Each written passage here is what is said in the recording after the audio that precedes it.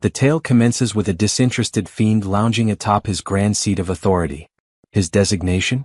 Kim Jang-kol, once nothing more than a typical postgraduate scholar residing in South Korea. Or at least that's who he used to be. Merely a day prior, he underwent a bewildering transformation, now embodying Kratos, the sovereign of demons and ultimate adversary in the digital universe of his cherished game. A narrative trope indeed. Jang-kol then proceeded to outline the mechanics of the game, Paladin of Blood. Allegedly, his objective was to reawaken the primeval champion who had succumbed to a prolonged torpor. However, he promptly halted his own explanation. After all, relaying that to the invisible observers felt futile. More pressing dilemmas now demanded his attention. Mere moments passed before a man stepped into the fortress halls and formally addressed him by his new title, Lord Kratos. This infernal being, Zephyros, served as a level 15 adjutant.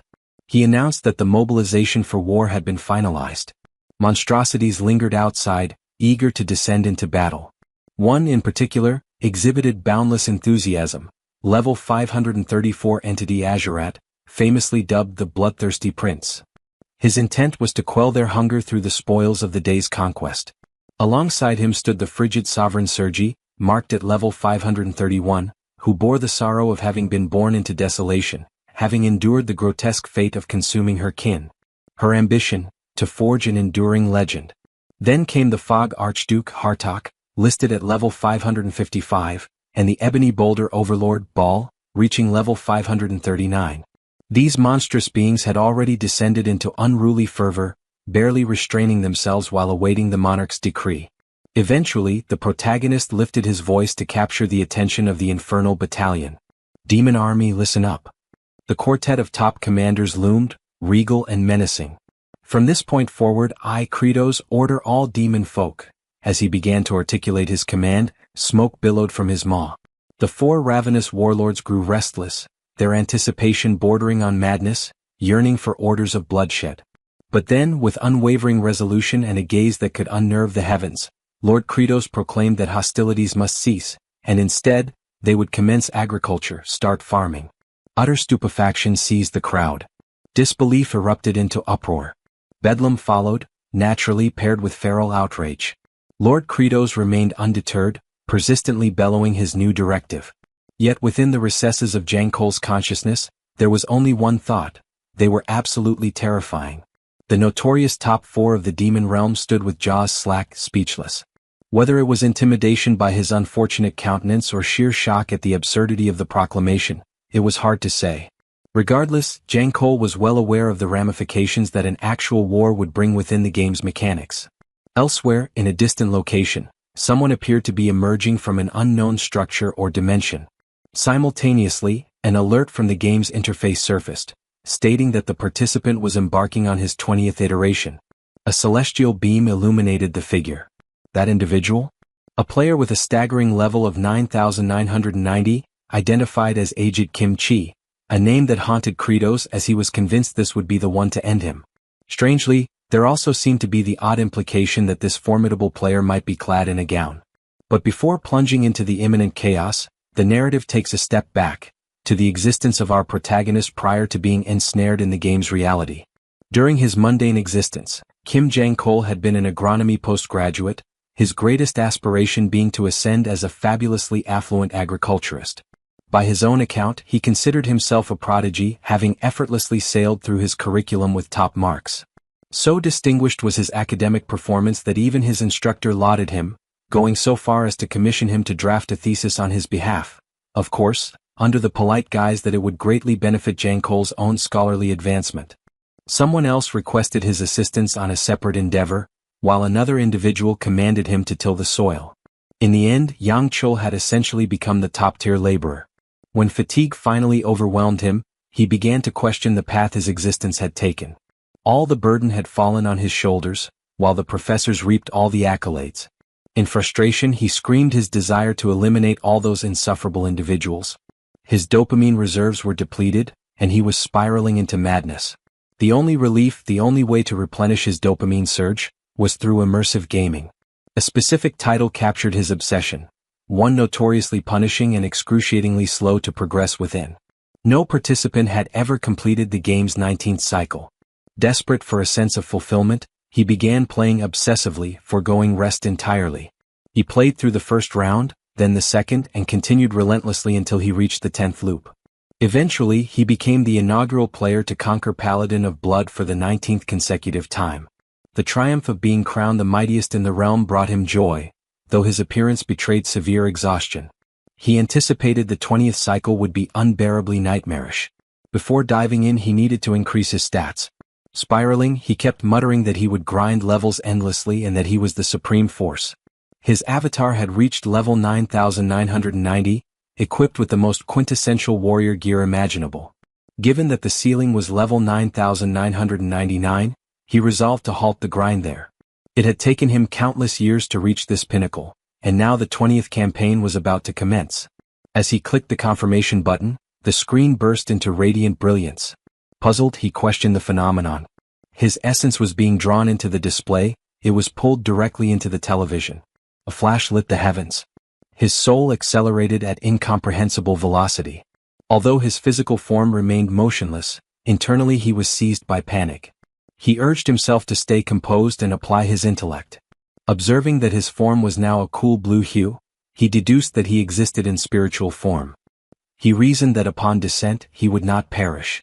Then, as he caught sight of the Tower of Life, a realization dawned: he had entered the game world. The name echoed in his thoughts: Paladin of Blood. He was stunned to find himself before the tomb of the Paladin. Elation overtook him at the thought of inhabiting his in-game persona, aged Kimchi, who was practically maxed out in level. He declared that his era of invincibility and overwhelming strength was about to commence. But as his gaze fell upon his character, resting in slumber, the mood shifted. His digital avatar was a muscular blonde man dressed in an enchanted girl ensemble, wielding a wand shaped like a winged heart. Upon witnessing this scene, a wave of realization crashed over him. He had no desire to morph into that. His soul veered off course. He had no clue where it was headed now. Then his vision settled on the Demon King, poised atop a throne. That too was not his intention. But in the present instant, he found himself occupying the form of the Demon Overlord. He muttered that the situation was driving him insane. His expression twisted with unease as he lamented the moment of idiocy. If only he hadn't entertained that foolish thought upon seeing aged Kimchi, he could have become the most dominant figure in the realm. Now all he felt was regret and foolishness. His attendant advanced down the corridor. Zephyros perceived whispers echoing from within, rumors that Kratos had undeniably diminished in strength. His gaze turned toward the entrance, trying to pinpoint the origin of the murmurs. The voices grew clearer, it was the general speaking. Azurat proposed an alliance to sever Kratos' head and subsequently divide the dominion of the throne among themselves. He justified this mutiny by recalling how Kratos had seized the crown by decapitating the prior demon sovereign. However, Azurat briefly entertained the notion that perhaps Kratos hadn't weakened at all. If that were the reality, any two of the four attempting to overthrow him would likely suffer grave wounds or perish entirely. Sergi responded by suggesting that if Azurat volunteered to act as their shield, they might stand a chance. Annoyed, Azurat retorted with a warning: she could fall to his hand before the plan even began. Meanwhile, Baal voiced no preference. His thoughts revolved solely around his appetite. Azurat challenged the group further, questioning what they would do if definitive proof emerged that the Demon Lord's power had waned. 3 of them responded without hesitation: if it were true, they would eliminate him. Baal once again remained indifferent. Hunger was his only concern. Outside the chamber, Zephyros remained stationed by the doorway. He relayed troubling information to Kratos. Morale within their forces had plummeted entirely. He elaborated that incidents of infighting and cannibalistic behavior among the ranks had escalated. Others had deserted the demon territory altogether without any declaration. Furthermore, he informed Kratos that the 4 supreme demon generals were livid. Word had spread that he had lost his strength, and a coordinated coup was forming to claim his head. This revelation caused Kratos to shiver. He understood the stakes. Should the 4 generals converge upon him, survival was implausible. In short, displaying any semblance of fragility meant certain death. His mind drifted to aged Kimchi. Since he hadn't merged with that form, he pondered whether the character remained inert, an abandoned corpse. The thought crossed his mind that perhaps an invasion into the human domain would have been the superior choice. Zephyros then unveiled a recording dispatched by General Ogmia. The footage featured the tomb of the Paladin. Within the video, aged Kimchi was depicted slaying demons without mercy. One demon in particular appeared terrified, pleading desperately for assistance. Agonizing shrieks filled the air as his eyes were savagely torn from their sockets. Aged Kimchi emanated the aura of a remorseless executioner. Upon witnessing this, Kratos acknowledged that launching an assault on humanity was futile. The way Kimchi operated resembled a deranged killer. Kratos felt resolute. He had no intention of ever encountering him. He would remain entrenched in that location regardless of the cost. Under such conditions he saw only two possible outcomes: appear diminished and be executed by the generals, or enter the human realm and be brutally slain by Kimchi. Either way doom awaited. Despair weighed heavily on him, and he internally lamented his transference to this accursed world. He expressed that even fleeting happiness seemed unattainable. One option remained: stabilize the food crisis and pacify the demon population. Zephyros then inquired about his next destination. Kratos first mumbled an apology, then responded that he intended to survey agricultural lands. Zephyros recoiled, visibly disturbed by the apology. Kratos questioned his reaction. Zephyros elaborated: Kratos was egocentric, conceited, and utterly devoid of etiquette. To hear him say pardon was nauseating and downright disturbing. He urged him never to repeat such behavior. Internally, Kratos was puzzled by Zephyros' attitude. He wondered if perhaps his subordinate was deliberately trying to provoke him. He couldn't tell if Zephyros was simply committed to playing some elaborate role. Zephyros had made only a single appearance, just before the confrontation with the demon sovereign, without any context or background, and that brief emergence ironically contributed to his popularity. At the time, his words were a plea to the revered paladin, informing him that the monarch of darkness no longer wished to engage in combat. Aged Kimchi attacked him anyway. Following that, Zephyros expressed regret for his inability to safeguard his liege, which led players to perceive him as either deeply devoted to the Demon King or someone who held immense admiration for him. Now, Zephyros informed Kratos that his latest failure was unlike any previously seen. Never before had he encountered a Dark Lord who had forfeited so much faith among their own kind. To Kratos, Zephyros was insufferably irritating.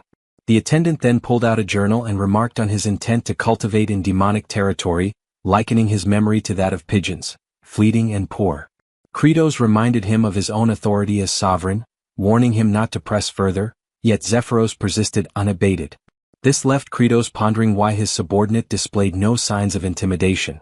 Zephyros elaborated that past demon kings, including Kratos himself, had attempted agriculture in that same wasteland. The brutal and extreme fluctuations in climate rendered the land barren, unfit for crops. Kratos conceded internally. He knew it was desolate terrain, but remained assured that his current strength could bring salvation to it. In truth, farming was a task he loathed, but survival demanded it. Zephyros watched in bewilderment as Kratos began tilling the soil. The sight became comedic when the Demon King inadvertently ingested the dirt. Zephyros remarked that the Dark Lord had now become a destitute figure who consumed soil. He documented the observation in his notes. When Kratos instructed him to cease writing, Zephyros insisted it was merely his duty, asserting that chronicling the ruler's activities was essential. He even scribbled a comment about the apparent decline in Kratos' memory retention. To the Demon King, Zephyros was a persistent nuisance. Upon analysis, Kratos confirmed the soil lacked nutrients. No traces of nitrogen were present. Nitrogen, an element vital to botanical growth, is inaccessible to plants in its atmospheric state due to its molecular structure. Despite comprising 78% of the atmosphere, its tightly bound triple atoms prevent any spontaneous chemical interactions. Humanity had addressed this problem via industrial nitrogen fixation through advanced chemistry, which had sparked a revolution in food supply. Unfortunately, duplicating that process here was unfeasible. There was simply no base substance available to begin cultivation. Then Kratos reflected on a natural solution: lightning. Atmospheric discharges of high-voltage oxidize nitrogen into nitrites, which then mix with rainfall and seep into the earth. His method would mirror this natural system. It was time for his signature move. Kratos dragged a claw across his hand, drawing blood, initiating his infamous ability, Bloody Strike. The spell simultaneously unleashed electrical energy and moisture, designed precisely to prepare the soil for sowing. He ordered Zephyros to step aside. The pain was sharp and relentless. Kratos couldn't fathom how the deranged Demon King had managed to use such a technique habitually when it stung so violently. Just as he braced himself for the incantation, he sensed something amiss. His gaze drifted, catching the figures of the four great generals observing from a distance. Their presence was devoid of any lethal pressure, but their expressions were clear. They believed their leader had weakened. This revelation startled Kratos. Zephyros casually stated that the demon lord had diminished by a full 100%. That statement triggered a thought in Kratos. Perhaps Zephyros was no mere aide but a covert executioner, provoking him intentionally before finishing him off. Still, it seemed preferable to an inevitable death. Resolved, he cut his hand again and activated the bloody strike. The result? Nothing. Only blood loss. He winced openly, unable to mask the agony. Then came the generals. One of them stepped closer and inquired if he was feeling unwell. Not a single one of them even bothered projecting any aura of menace. The only thing Kratos could mutter was a curse beneath his breath. Elsewhere, aged Kimchi surveyed the immense landscape before him. Traces of his prior existence lingered in his memory. He had lived through more than a dozen lifetimes and had once been driven by a powerful summons, a call of obligation that guided his steps. But now that directive had vanished, and the once commanding voice had fallen silent. He found himself questioning the very purpose of his continued existence. A somber mood fell over him, his face cast in shadows of doubt. Back with the protagonist, hostile gazes bore down on him like those of predators sizing up prey. Azurat reiterated the fundamental principle among demons. Supremacy defined rulership. The most powerful one reigned as Demon King. Inwardly, Kratos admitted his fear. Each of the generals radiated an overwhelming presence, and he was all too aware of just how terrifyingly formidable they were. At that moment he couldn't even access any of his abilities. A question surged in his thoughts. Was this how he would meet his end? His limbs trembled uncontrollably, and a fierce expression distorted his face. From Azurat's perspective, Kratos was radiating such palpable energy that it seemed he was charging power even before the clash began. Still, Azurat felt sure of himself. He challenged Kratos, questioning his capacity to triumph in such a weakened state. But upon glancing backward, Azurat was stunned to discover the other high-ranking demons had already taken cover behind nearby trees. His confidence wavered. The betrayal was instant. Less than a minute had passed before those traitors abandoned him. Their scheme was to spectate from a safe distance, assessing the battle's outcome and only joining if victory seemed within reach. Beads of sweat gathered on Azurat's brow. He inwardly cursed them as wicked scoundrels, though he quickly reminded himself, they were demons and such treachery was in their very nature. Meanwhile, Zephyros declared that according to the ancient customs of demonkind, combat was always fatal, and surrender was not an option. Just as he prepared to initiate the duel, Azurat interjected, requesting a delay. Kratos was taken aback by how rapidly the rules had been imposed upon him. Azurat silently encouraged himself, trying to maintain courage, convinced he could still prevail, believing that the Demon King had truly diminished. Internally, Kratos spiraled into panic, unsure of what course to take. He had recently tested his strength, expecting immense power from the Demon King's body. While he was indeed strong, it wasn't to the awe-inspiring degree he had anticipated, not enough to boast about. Azurat lunged forward. Kratos recognized the maneuver.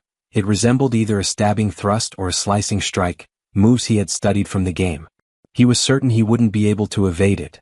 Yet his body swerved instinctively.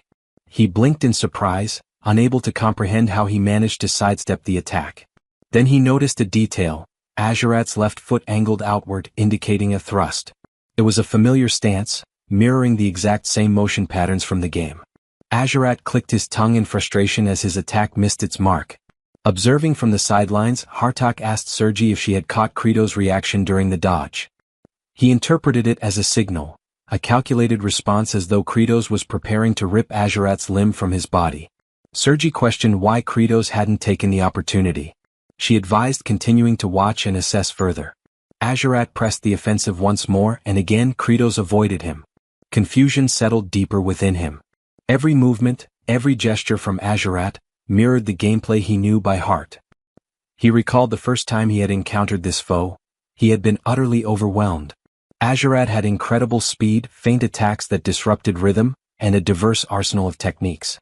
But after suffering defeat once, thrice, and 10 times, it wasn't until his 128th attempt that Kratos finally overcame him. In the subsequent 19 playthroughs, he had mastered every trick, even achieving flawless victories where he was never touched. Now Azurat lashed out again, but it made no difference. Kratos felt secure.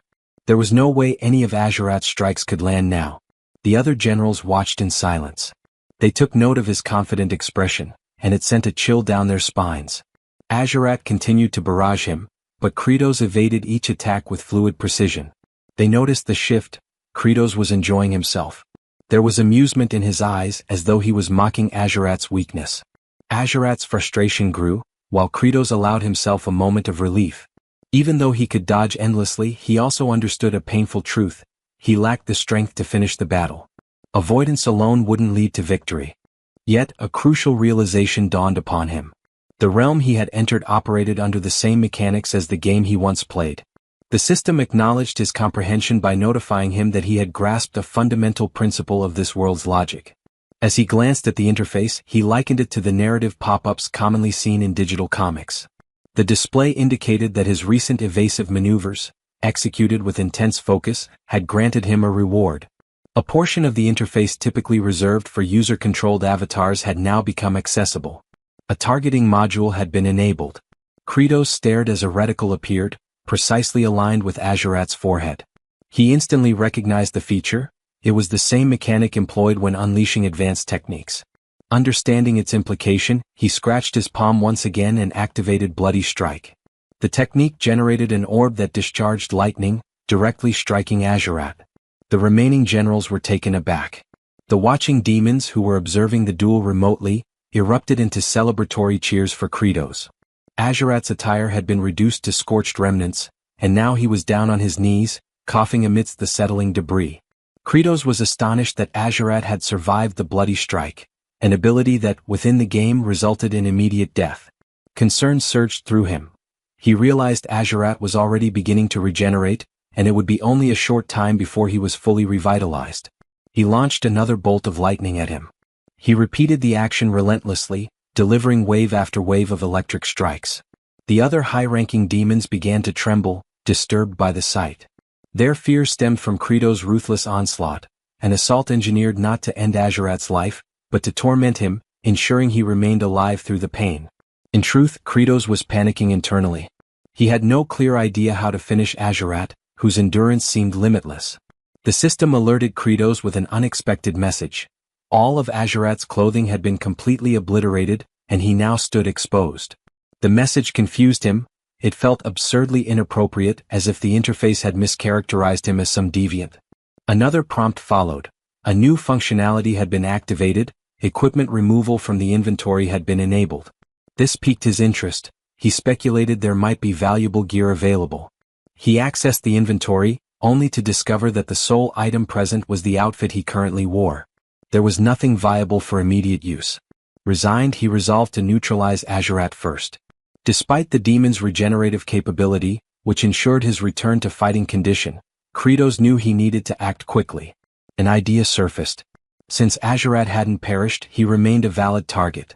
By continuously deploying Bloody Strike, he could saturate the terrain with immense quantities of nitrogen, a strategy that would serve a dual purpose. He privately praised his own ingenuity.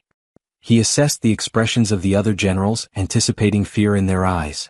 To confirm their intimidation, he issued a command to Sergi. He instructed her to restrain Azurat securely. Sergi interpreted the directive differently, believing it to be a calculated act to disgrace both herself and Azurat by binding a naked figure in such a degrading fashion. Nonetheless, Azurat was affixed to a cross. That was the initial step, constructing a conduit for the upcoming lightning barrage. Azurat remained unconscious while being positioned. Minutes passed before he stirred and declared his full recovery. He mocked Kratos, stating that his inability to kill with Bloody Strike proved his decline in strength. He vowed to decapitate him. But Kratos had moved on to the second stage. By executing Bloody Strike, he aimed to oxidize atmospheric nitrogen into nitrite. He instructed Hartok to envelop the entire area in thick fog. The haze needed to be so dense that moisture would drip freely. Hartok, interpreting the plan as a means of amplifying the torment, concluded that Kratos was enhancing the lightning's conductivity to increase the pain. He admired the inventiveness of the approach, admitting it was an enlightening experience. He complied, conjuring the mist. This was the third phase, diffusing the fog. The fourth phase followed, strike and repeat. Kratos continued activating Bloody Strike, pushing his limits to the point of personal agony. Zephyros observed with an indifferent expression, unmoved by the spectacle. Meanwhile, the generals stood in stunned silence, overwhelmed by the sheer intensity. Azurat endured repeated blasts over and over again. Kratos found satisfaction in the process, not just for subduing his opponent, but because in doing so he was enriching the soil with nitrogen, rendering it fertile ground for cultivation. He imagined a prosperous yield awaiting him. That single thought filled him with anticipation. He unleashed another strike, continuing the cycle until twilight descended. Eventually the protagonist examined the earth. Satisfaction settled over him. All that remained was to maintain the infusion of nitrogen using the same method. His subsequent objective was to enhance the soil's quality. The current state of the terrain, loose, poorly bonded, with an inconsistent texture, prevented proper oxygen flow and retained excess water. For successful cultivation, a friable, crumb-structured soil was essential. Hence, the next necessary step was to produce fertilizer.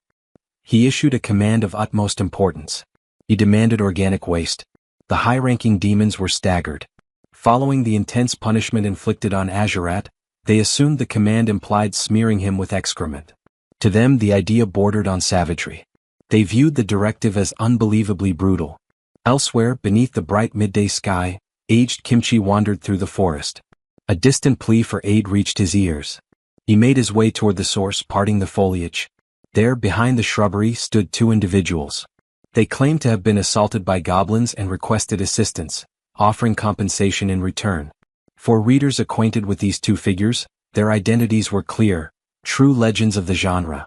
Aged Kimchi's expression remained stern, unsettling the pair. Though he reassured them of his innocence, the men instinctively judged him to be deeply suspicious. He questioned their injuries and, without delay, hoisted the nobleman onto his shoulder like a sack of grain. The other man was instructed to guide them forward. While being carried, the noble remarked on Kimchi's strength. He introduced himself as Ravage Azrahan, with his companion identified as Dayal Frontera, an homage to the iconic characters Lloyd and Javier. When Ravage inquired about Kimchi's identity, the reply was that it remained a mystery yet to be solved. For those unfamiliar with the greatest estate developer, the scene hinted at future coverage of the series. Back at the demon stronghold, the trio of commanders appeared exasperated. Hartok questioned how they were expected to simply produce feces.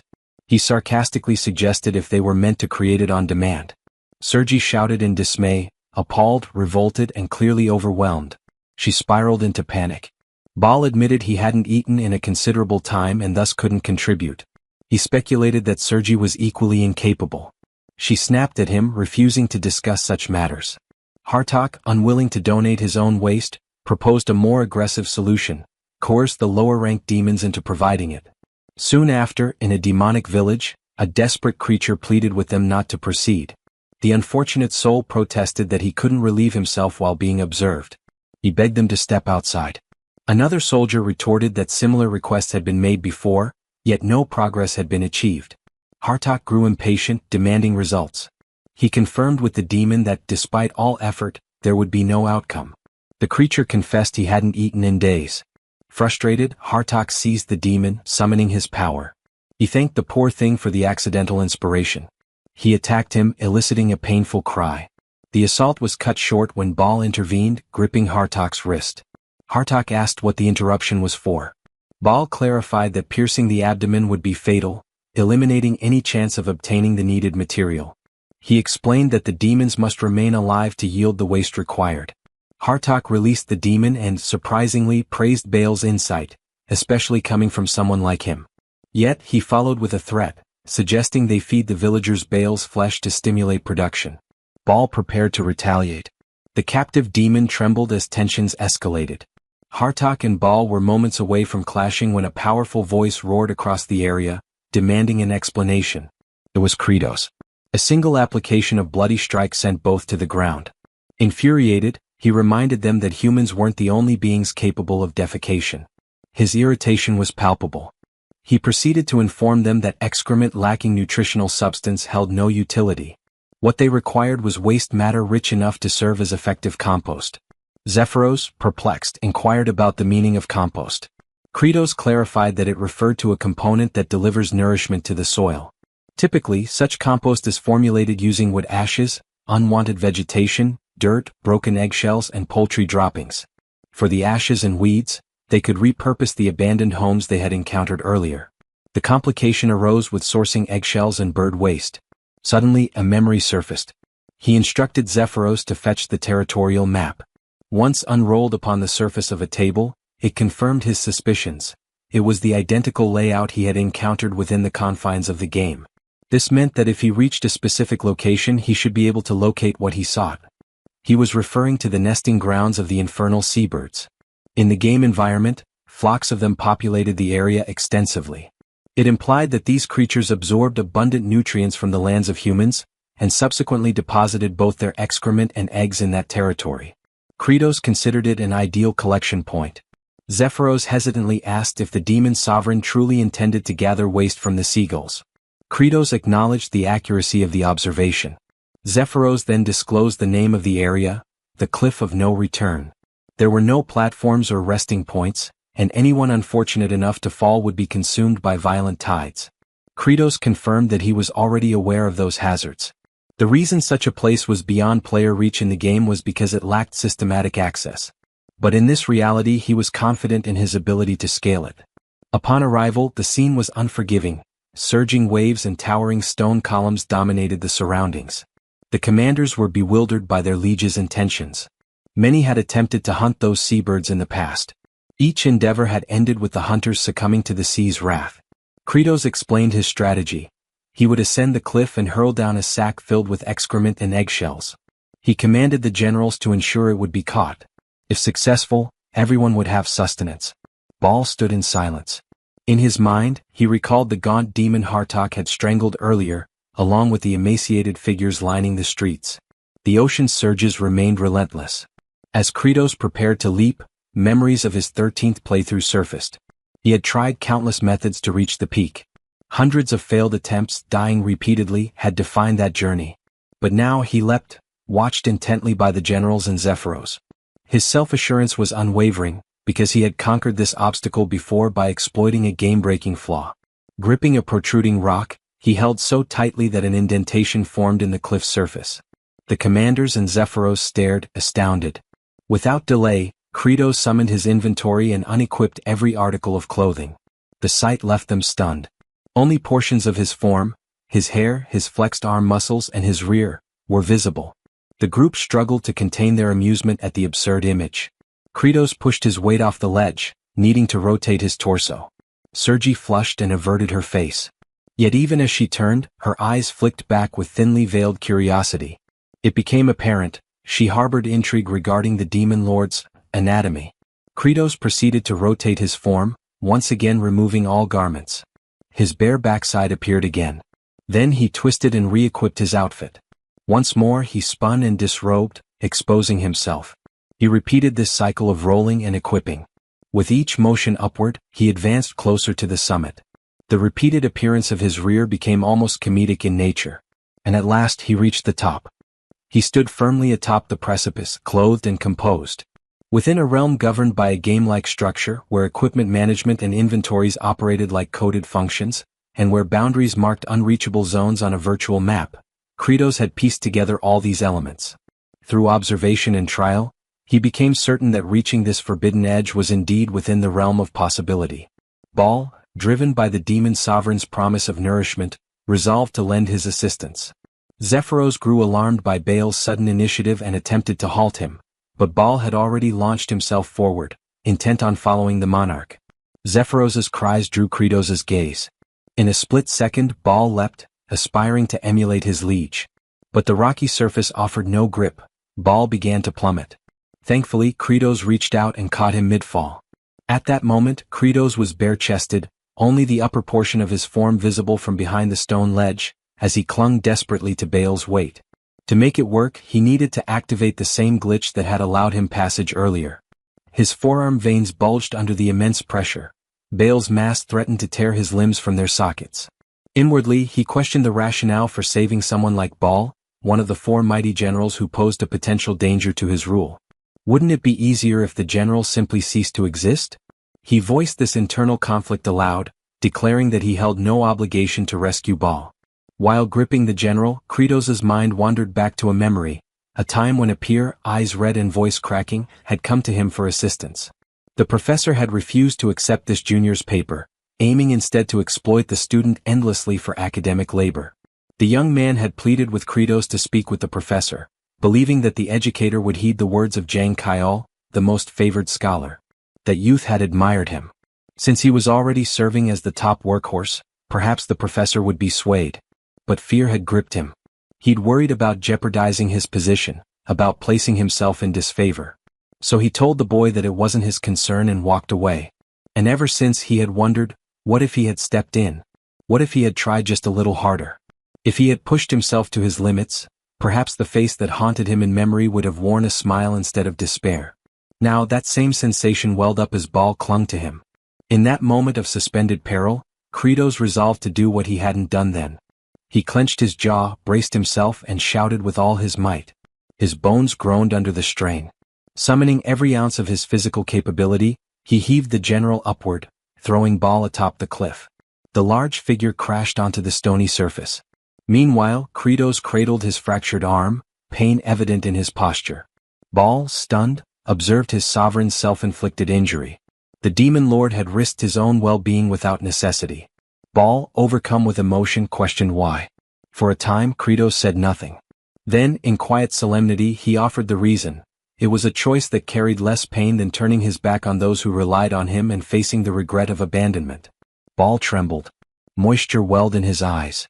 Within Kratos's thoughts, the act felt like redemption, something he should have done for that pleading junior. The regret of not assisting those in desperate need lingered in him, following him even across dimensions. At that poignant moment, a translucent system notification emerged. It stated that even while still not fully acclimated to the vessel of Demon King Kratos, he had exerted every fiber of strength. As a result, he had earned Baal's genuine gratitude, one of the four supreme commanders. Kratos became aware of the depth of that appreciation.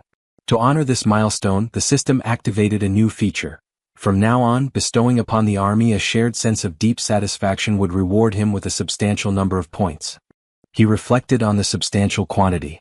The system promptly notified him that the happiness point, or HP, accumulation feature was now active. Kratos pondered what exactly a happiness point was. At first, he assumed it might be something akin to a discount coupon for frozen treats. The system, clearly irritated, rebuked his misunderstanding, questioning what kind of fantasy world would even offer ice cream. Startled by the system's direct and conversational tone, Kratos realized it could respond to his thoughts. It was then clarified that for every demon soldier who experienced satisfaction from a full belly, Kratos would earn a single happiness point. These points could then be used to enhance his attributes. At present, Kratos had access to merely a fifth of the demon lord's total strength. This revelation explained his relative weakness in comparison to his subordinates. The system encouraged him to develop all 5 of his attributes and strive to unlock the demon lord's full capabilities. Curious to try the function, Kratos attempted to increase his stamina by 10%. A notification appeared, explaining that the cost for such an upgrade would be 50 happiness points, a steep price in his view. The system further revealed that abilities could also be upgraded. His current skill, Bloodstrike, was only at its first tier and required a hefty 250 points to level up. Realizing the large quantity of points he'd need, Kratos reasoned that through effective farming, he could steadily accumulate HP and thereby greatly enhance his strength and improve his odds of survival. In addition to this revelation, he received something else: gratitude. With a sly grin, he quietly enjoyed the rare feeling. From Baal's perspective, however, the expression worn by the demon lord was far from comforting. It seemed to communicate a silent threat, a reminder that a debt had been formed and defiance would not end well. To Baal, Kratos appeared as a ruthless leader, one who didn't save lives out of compassion. Shortly after, the demon sovereign lifted a large eggshell and summoned the others' attention. He declared his intent to fill the shell with organic waste and toss it toward them. The trio stood frozen in disbelief, entirely unsure how to respond. As promised, the demon lord launched the container, its contents flung toward the stunned group. The unexpected barrage caused uproar. They had no time to react. It was quite literally a storm of filth. The 3 generals were overwhelmed, certain they had reached their limits. Meanwhile, Kratos believed this was only the beginning. He demanded full dedication to agriculture. The essential elements of natural fertilizer, seabird droppings, fragmented eggshells, scorched wood remnants and properly tilled soil, needed to be blended thoroughly. He summoned Sergi for this task and instructed her to pulverize and combine the materials. Sergi was dumbfounded. The command seemed beneath her station. Despite her numerous limbs, which made her ideally suited for the work, she was incensed. Proclaiming her status as the frigid monarch, she armed herself, stating that her appendages were not intended for menial duties like compost preparation. However, the intense gaze of Kratos silenced her. He offered an alternative, a simpler task. He directed her attention toward Azurat, who still emitted faint wisps of smoke from the electric blasts he had received. All she had to do was remain in place. A straightforward job, no? Thus, the regal monarch of ice became an unwilling mixer of compost. Rumor suggested she remained in that role to this day. Internally, Kratos was close to losing composure. He reminded himself that these generals were all volatile, and one misstep could easily end in disaster. But then he reminded himself of his position. He was the demon sovereign. With nothing but determination and brute resolve, he would press forward. The next phase in producing the fertilizer had arrived, the application of moisture. He summoned Hartok and instructed him to saturate the air with mist. However, Hartok raised objections to this directive, arguing that the resulting humidity would intensify the already unbearable stench. He had no desire to carry out such a revolting command. Then Kratos revealed his trump card once more. His eyes landed squarely on Azurat. No one was eager to serve as a living conduit for electricity, so Azurat swiftly soared through the surroundings, dispersing dampness across the atmosphere. Kratos then consulted Baal to confirm whether the level of moisture sufficed. Baal acknowledged that the consistency had softened with the addition of water, just as their ruler had anticipated. At last, the third stage called for the compost to be relocated to a shaded, arid location and layered with a covering fashioned from seagull plumage. Yet a challenge loomed. The demon lord knew that even producing a small quantity of this material would demand considerable time. To generate enough fertilizer for the expanse of terrain before him, he recognized that a full-scale mobilization of demonic manpower would be unavoidable. His expression hardened. Something troubled him, but it was an obligation he couldn't ignore. Kratos resolved to proceed under the authority granted by his crown. Later that evening, elsewhere within the dominion of demons, a modest wooden shelter came into view. Inside, two infernal beings resided. One reclined upon a makeshift bed. The figure lying down was a young female demon named Flute. She called out to her father, who inquired softly what had happened. Tears welled in her eyes as she offered a heart-wrenching suggestion, that her father should simply consume her. Outraged, the father rebuked the idea vehemently. He reminded her never to utter such despair again. But the girl, still mourning the absence of her mother, insisted, and her words struck deeper than any wound. Then a flashback unfolded. A monstrous demonic beast had once attempted to devour the child. She had cried out for aid, and just before the gaping maw reached her, a figure emerged, shielding her fragile body. It had been her mother.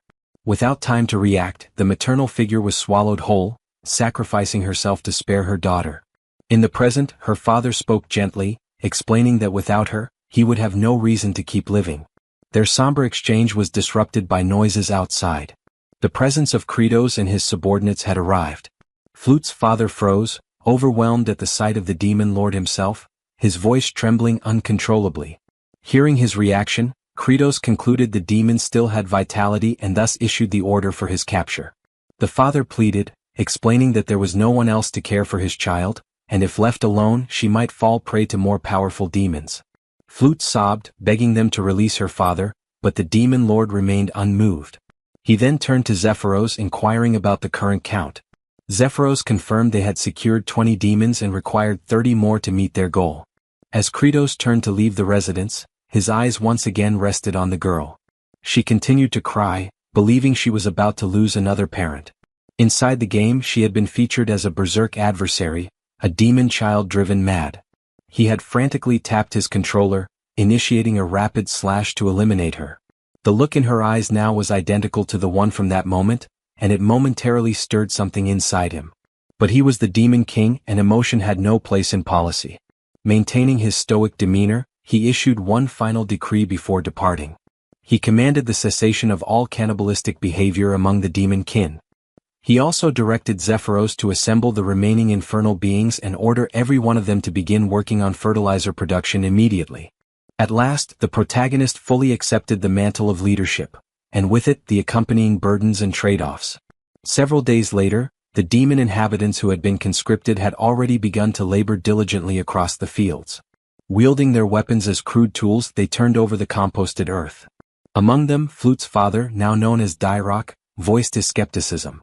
He questioned the value of this toil, convinced that their exertions over the past few days were fruitless. The notion of agriculture to him seemed utterly absurd. A companion cautioned him to be careful with such statements, warning that they could cost him his head. But Dyrok stood resolute, maintaining that regardless of what happened, their fate was already sealed. Even if the terrain became arable, they still lacked any viable crops to sow. As if summoned by the critique, Kratos materialized and addressed the doubt directly, posing a rhetorical question about the future of their planting efforts. Dyrok immediately recognized that he had spoken out of turn and was now in jeopardy. The Demon King instructed him to come along.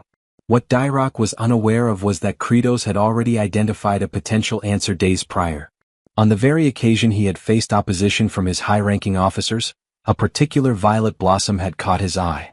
He had instantly recognized it as a candidate for cultivation. And so, he guided Dyrok to stand before this same flower. Kratos informed him that they would be planting the roots of this plant. Baal and a segment of the agricultural unit had already retrieved samples from different areas. Dyrok, now unnerved, humbly explained that the root of this flower was inedible, capable of inducing severe stomach agony, even fatal consequences. The demon sovereign then tugged the flower from the ground, stating plainly that this was the only resource at their disposal. The trial to determine its edibility should have concluded by now, he added. Dyrok was stunned by the revelation. His composure nearly shattered.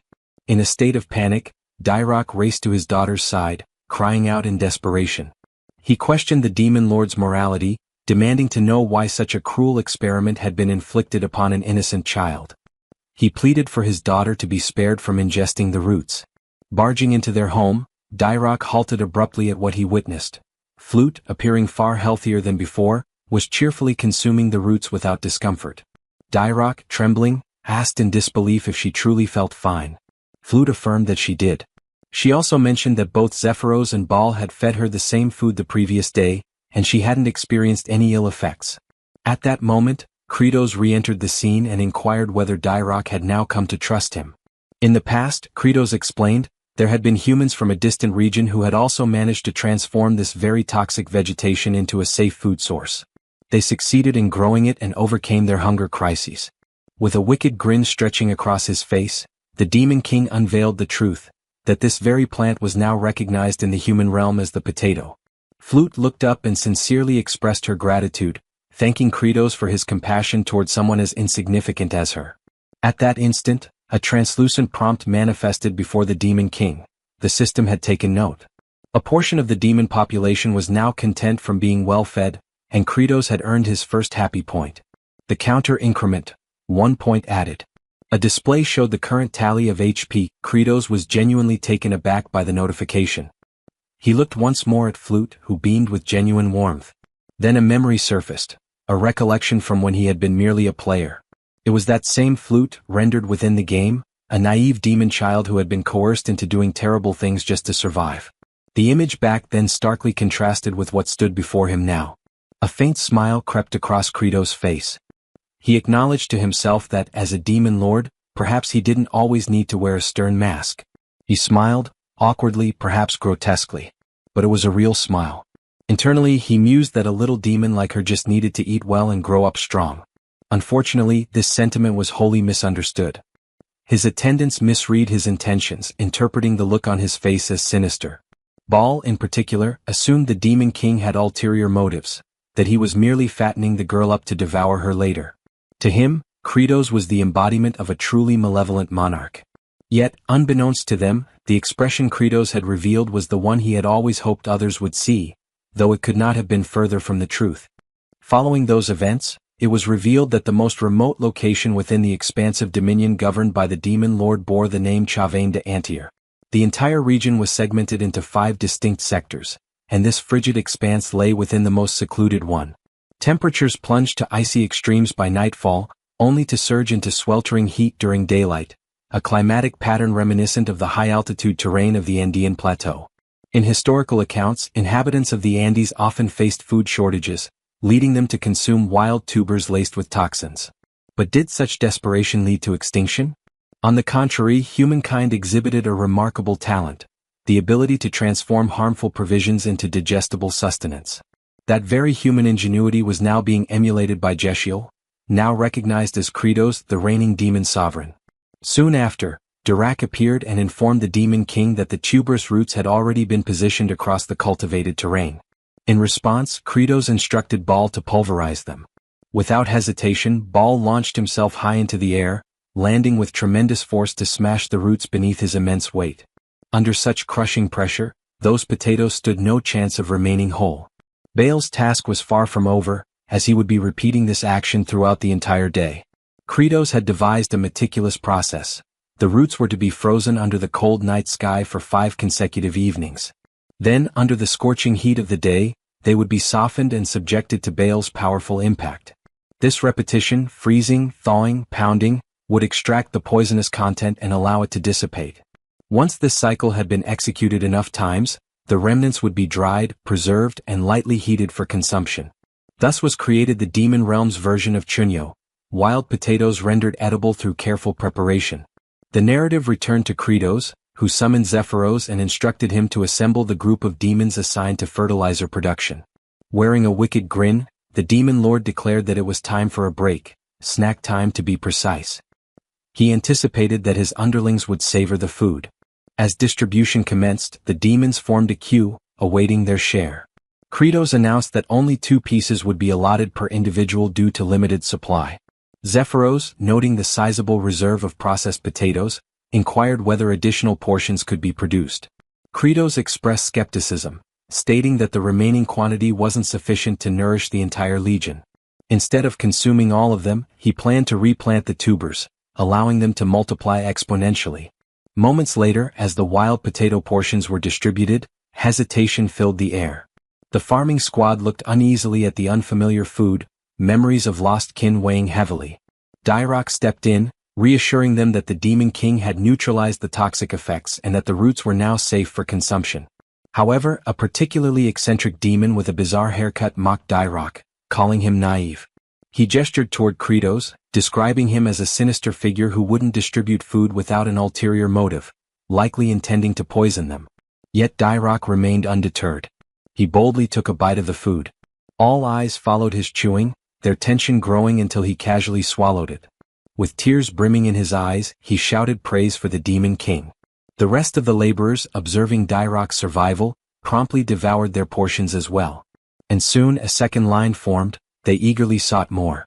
Dirac, basking in his moment of vindication, was filled with pride.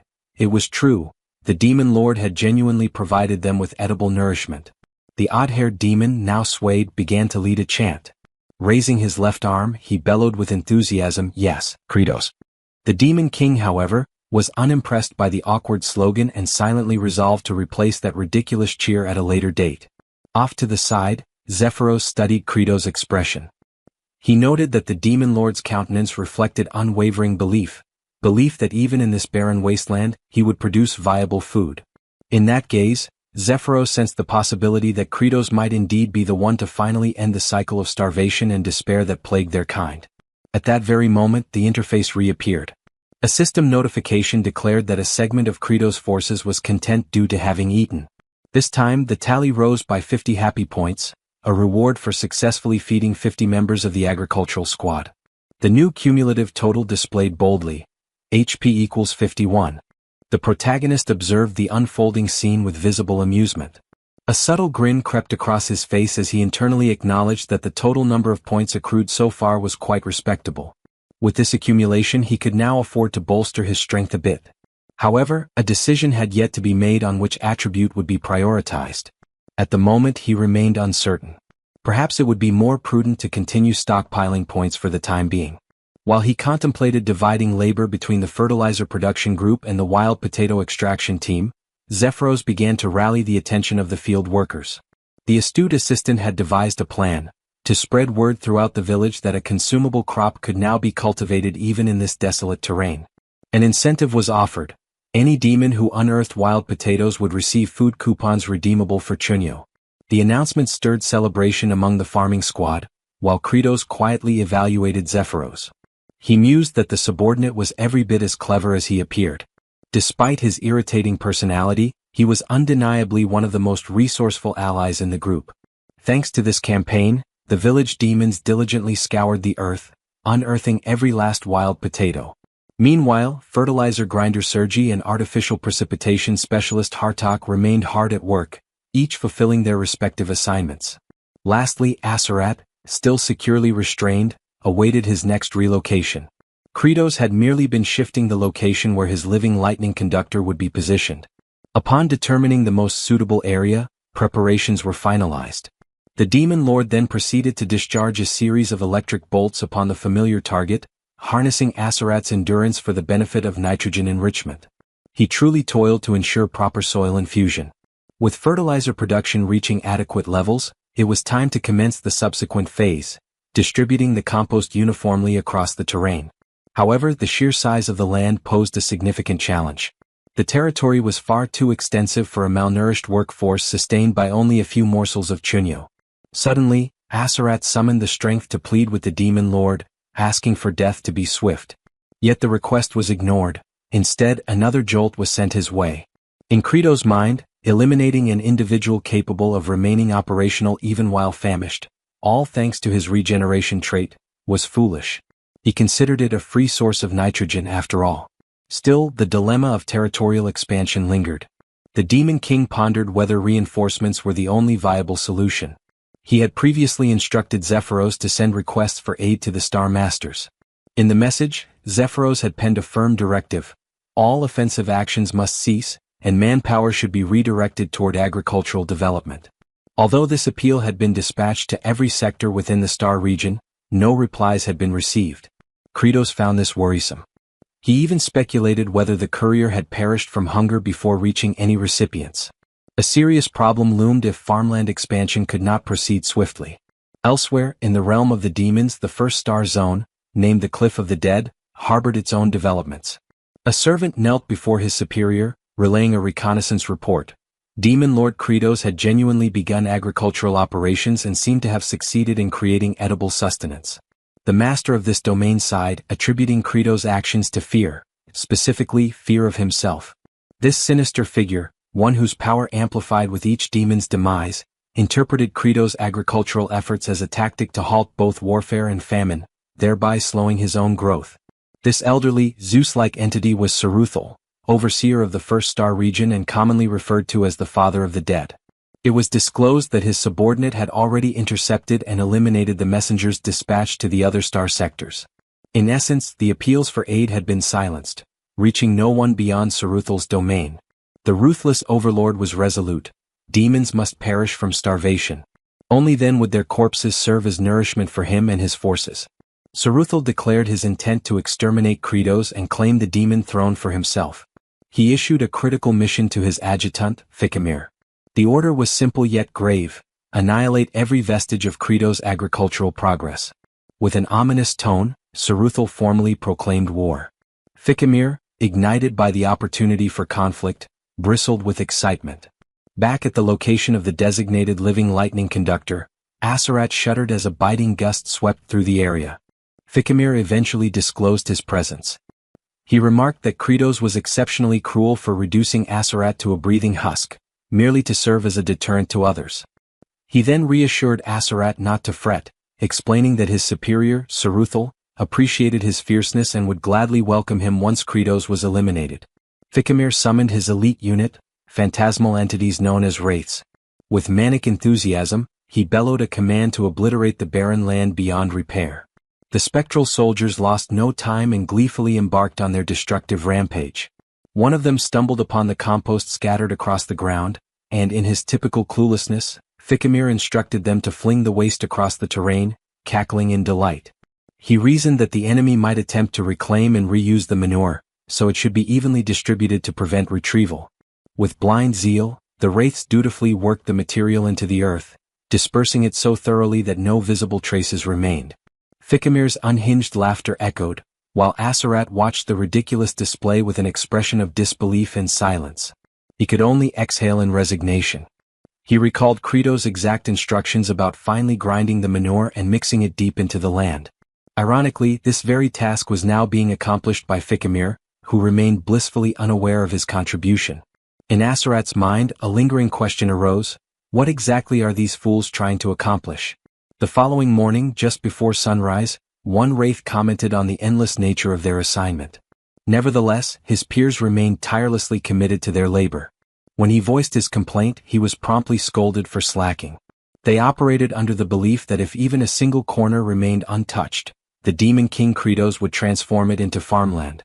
The indolent wraith then questioned why wraith number 2718, notorious for his laziness, was especially diligent on that day. The numbered wraith confessed to his typical slothful tendencies but noted that something felt different this time. Observing the meticulously worked earth, he admitted feeling pride, as though he had contributed to something meaningful. The lazy wraith was left dumbfounded. After clicking his tongue in annoyance, he declared that he too would be a fool for the day. He resumed tilling beside the others. Unexpectedly, the scene took a turn. So focused were the wraiths on their exertions that they lost track of time. When dawn broke, they had failed to retreat, and all perished beneath the morning sun. Yet they passed with contentment, gratified by their efforts. The once empty fields were now cultivated with purpose. All phantoms in the expanse had faded, except for Ficamir. With tears welling in his eyes, he mourned his comrades, proud of their dedication. He silently wished their souls would find repose and wondered with solemn anticipation how Kratos would respond to their unintended accomplishment. Elsewhere, within the barn where the harvested potatoes were stored, Kratos could be heard murmuring about how tilling had taken more time than anticipated. Gazing at the dormant vegetables, he explained to Zephyros that potatoes in such a state wouldn't sprout, rendering immediate planting ineffective. He likened the condition to a tuber peacefully resting underground, abruptly yanked out by its stem, thrown into shock and left biologically frozen. Deep in contemplation, Kratos considered that dormancy could be interrupted more rapidly by storing the potatoes at 4 degrees Celsius for 2 to 3 weeks before transferring them to a warmer, darker location. He intended to request Sergi's aid in cooling them with her frost-born magic, but she was fuming with rage at present. Hartok likewise was currently unreliable. Kratos knew that provoking both simultaneously could be perilous, so an alternative solution was necessary. As a last resort, the Demon King had even instructed the farming squad to perform physical drills near the potato cache, in the hopes that their body heat might hasten the warming process. They all ended up exhausted rather quickly, rendering that strategy a failure as well. Thus, the issue remained unresolved. Left with few alternatives, Kratos resolved to head over to the farmland and attempt whatever measures he still could. His focus narrowed to at least enriching the earth with nitrogen. A short while later, Kratos stood silently before the completely turned and fertilized soil. The ground had been thoroughly tilled and integrated. The pungent odor hung thick in the air, so intense that Asarat lost consciousness from the fumes. The demon lord stood stunned, speechless at the sight of the now prepared fields. He questioned internally how such a feat had come to pass, suspecting a miracle. Suddenly, an oblivious figure burst into laughter, the same fool who had unknowingly contributed to the miracle. He cackled in triumph, declaring their success, but his gloating was short-lived. Baal, looming behind him, lifted him effortlessly and presented him to the demon lord. This individual was none other than Ficamir, who had attempted to remain hidden. Kratos recognized him immediately as one of the notorious bosses from the Cliff of the Dead. He speculated that Ficamir might have arrived as backup. Without delay, Kratos demanded to know the reason for Ficamir's presence, a question that caused the demon to tense in panic. Just as Ficamir opened his mouth to reply, a swift blow from Kratos interrupted him. Zephyros, bewildered, questioned why the demon lord would strike before hearing a response. Kratos clarified that the act of withholding information was already suspicious enough, and sometimes brute force was the most effective interrogation tool. Ficamir, though pained, conceded that this approach was to be expected from the Demon King. Still, the demon remained tight-lipped, until he was subjected to a relentless barrage of punches. Blow after blow rained down. Eventually, Kratos himself grew winded.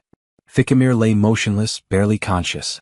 Then, a prompt from the system materialized, reminding Kratos of his ability to enhance attributes using accumulated HP. With 51 points available, he invested in boosting his stamina. Refreshed, He resumed pummeling the unfortunate demon with renewed vigor. Thousands more strikes followed. In this act of merciless interrogation, Kratos demonstrated his fitness for the role of Demon King. Ultimately, Ficamir broke. He confessed not only his actions but the plot to eliminate Kratos altogether. The scheme traced back to Saruthal, who had deliberately severed the flow of reinforcements. The goal was to grow stronger as more demons starved. Zephyros remarked that such sabotage amounted to insurrection. He advised Kratos that eliminating Saruthal would send a clear message to those protesting the halted expeditions. However, Kratos recognized that even if he succeeded in taking Saruthal down, other adversaries would persist. What he truly required was a definitive method to overcome them. Zephyros warned that Saruthal was no ordinary enemy. Kratos was already aware. Saruthal possessed a spectral ability, allowing his body to shift into an incorporeal form. Even within the game, Saruthal had been a constant menace on the intricate terrain of the Cliff of the Dead, transforming the entire encounter into an elaborate pursuit. Still, Kratos had already begun formulating a plan. As in the game, if exterminating pests was impossible due to their concealment, the answer was simple: extract them from their den. Elsewhere, Flute found herself standing before Aserat. She looked upward timidly. The mere sight of her nearby presence visibly irritated him. She initiated a hesitant conversation, lowering her head in gratitude. She expressed thanks for his sacrifice as it was the reason they now had sustenance. However, praise directed toward a demon for noble deeds was considered deeply offensive. Aserat seethed. He accused Flute of derision and threatened her life. Frightened, Flute fled.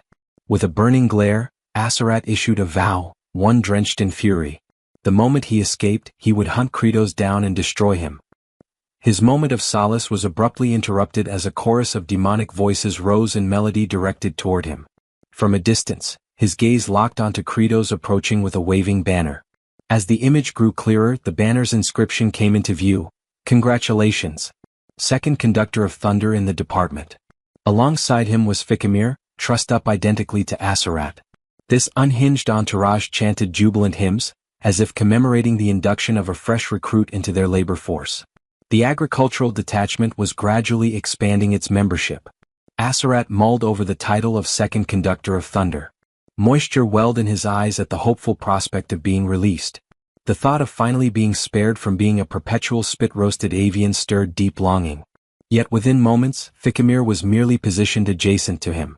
No soul even considered unfastening him from the pole. With fervor, Kratos erupted into bellows, activating his sanguine surge technique. Aserat's stomach dropped as the full weight of reality set in. Kratos intended for both of them to share the burden of lightning absorption. The pair, defeated in spirit, yielded to their fate.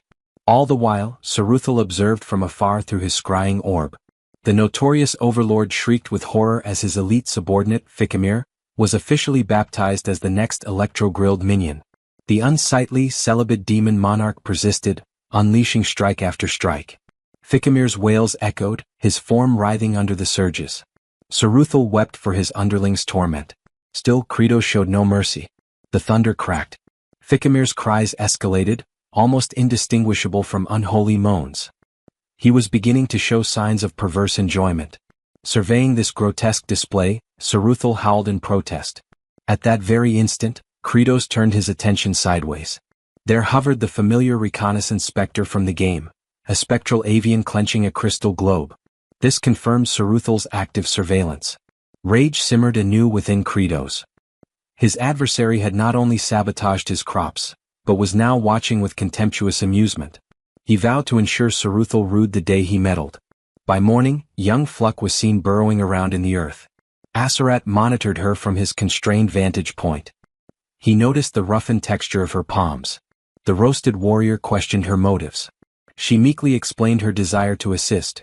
After all, the Demon King, the 4 exalted generals, and every grown-up were toiling tirelessly in the fields. She longed to contribute. Aserat scoffed, branding her a naive, low-tier demon child. He grumbled that the idiot tethered beside him had already cultivated the patch she was digging. He suggested she direct her efforts somewhere useful.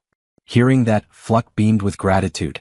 She extended heartfelt thanks to Ficamir for tilling the field and offering himself as an additional lightning conduit.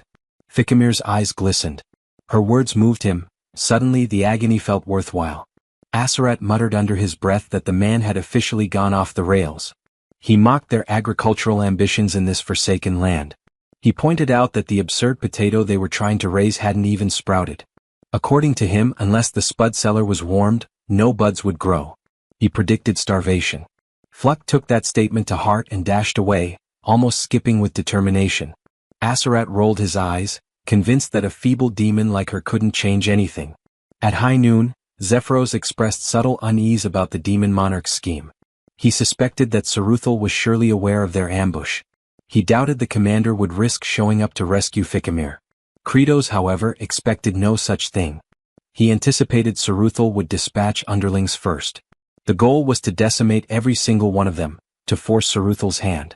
He commanded his forces to ensure no survivors remained. The cultivator battalion now stood sentinel around the second lightning pillar.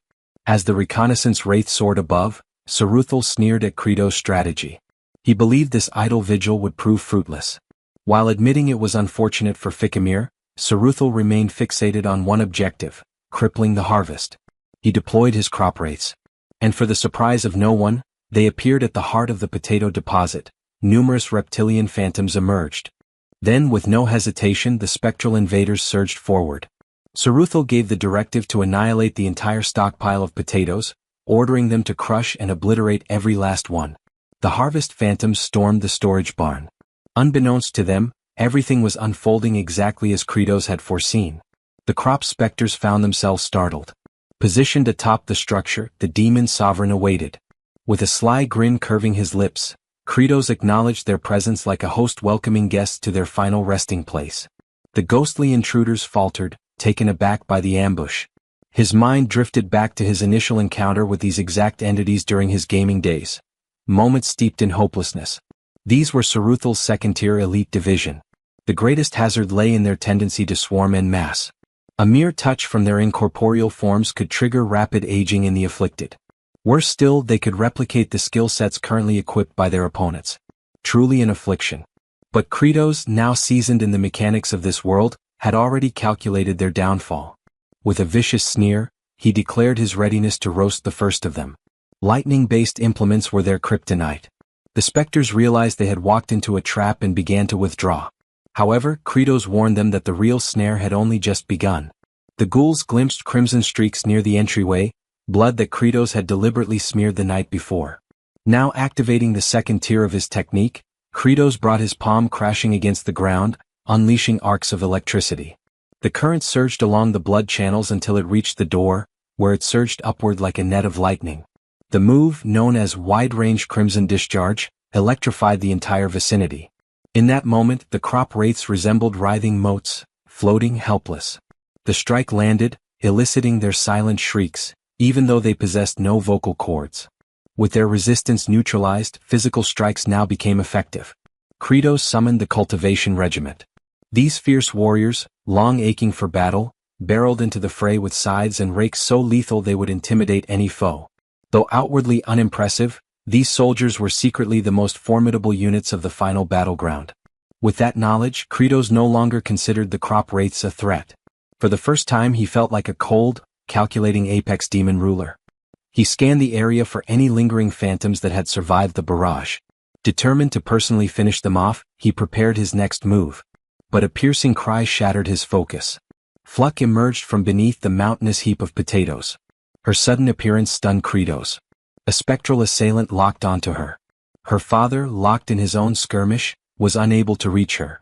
Kratos, agitated by the chaotic unpredictability of it all, forced himself to prioritize. Eliminating as many fleeing phantoms as possible had to take precedence. Still, his eyes stayed fixed on Fluck. He knew the range of his crimson discharge wouldn't reach her position. In a desperate act, he hurled a potato toward the ghost. Of course he knew it was futile, but instinct took over. The vegetable bounced off the specter's head, which then caught it mid-air. To his astonishment, the tuber began to pulsate like a capturing sphere. A pink vortex enveloped it, and the creature's essence was absorbed into it. Then, poof, a faint sound echoed. The soul emerged from the potato and ricocheted toward the stockpile. Distracted, the remaining crop wraiths retreated unnoticed. Kratos blinked in disbelief at what had just occurred.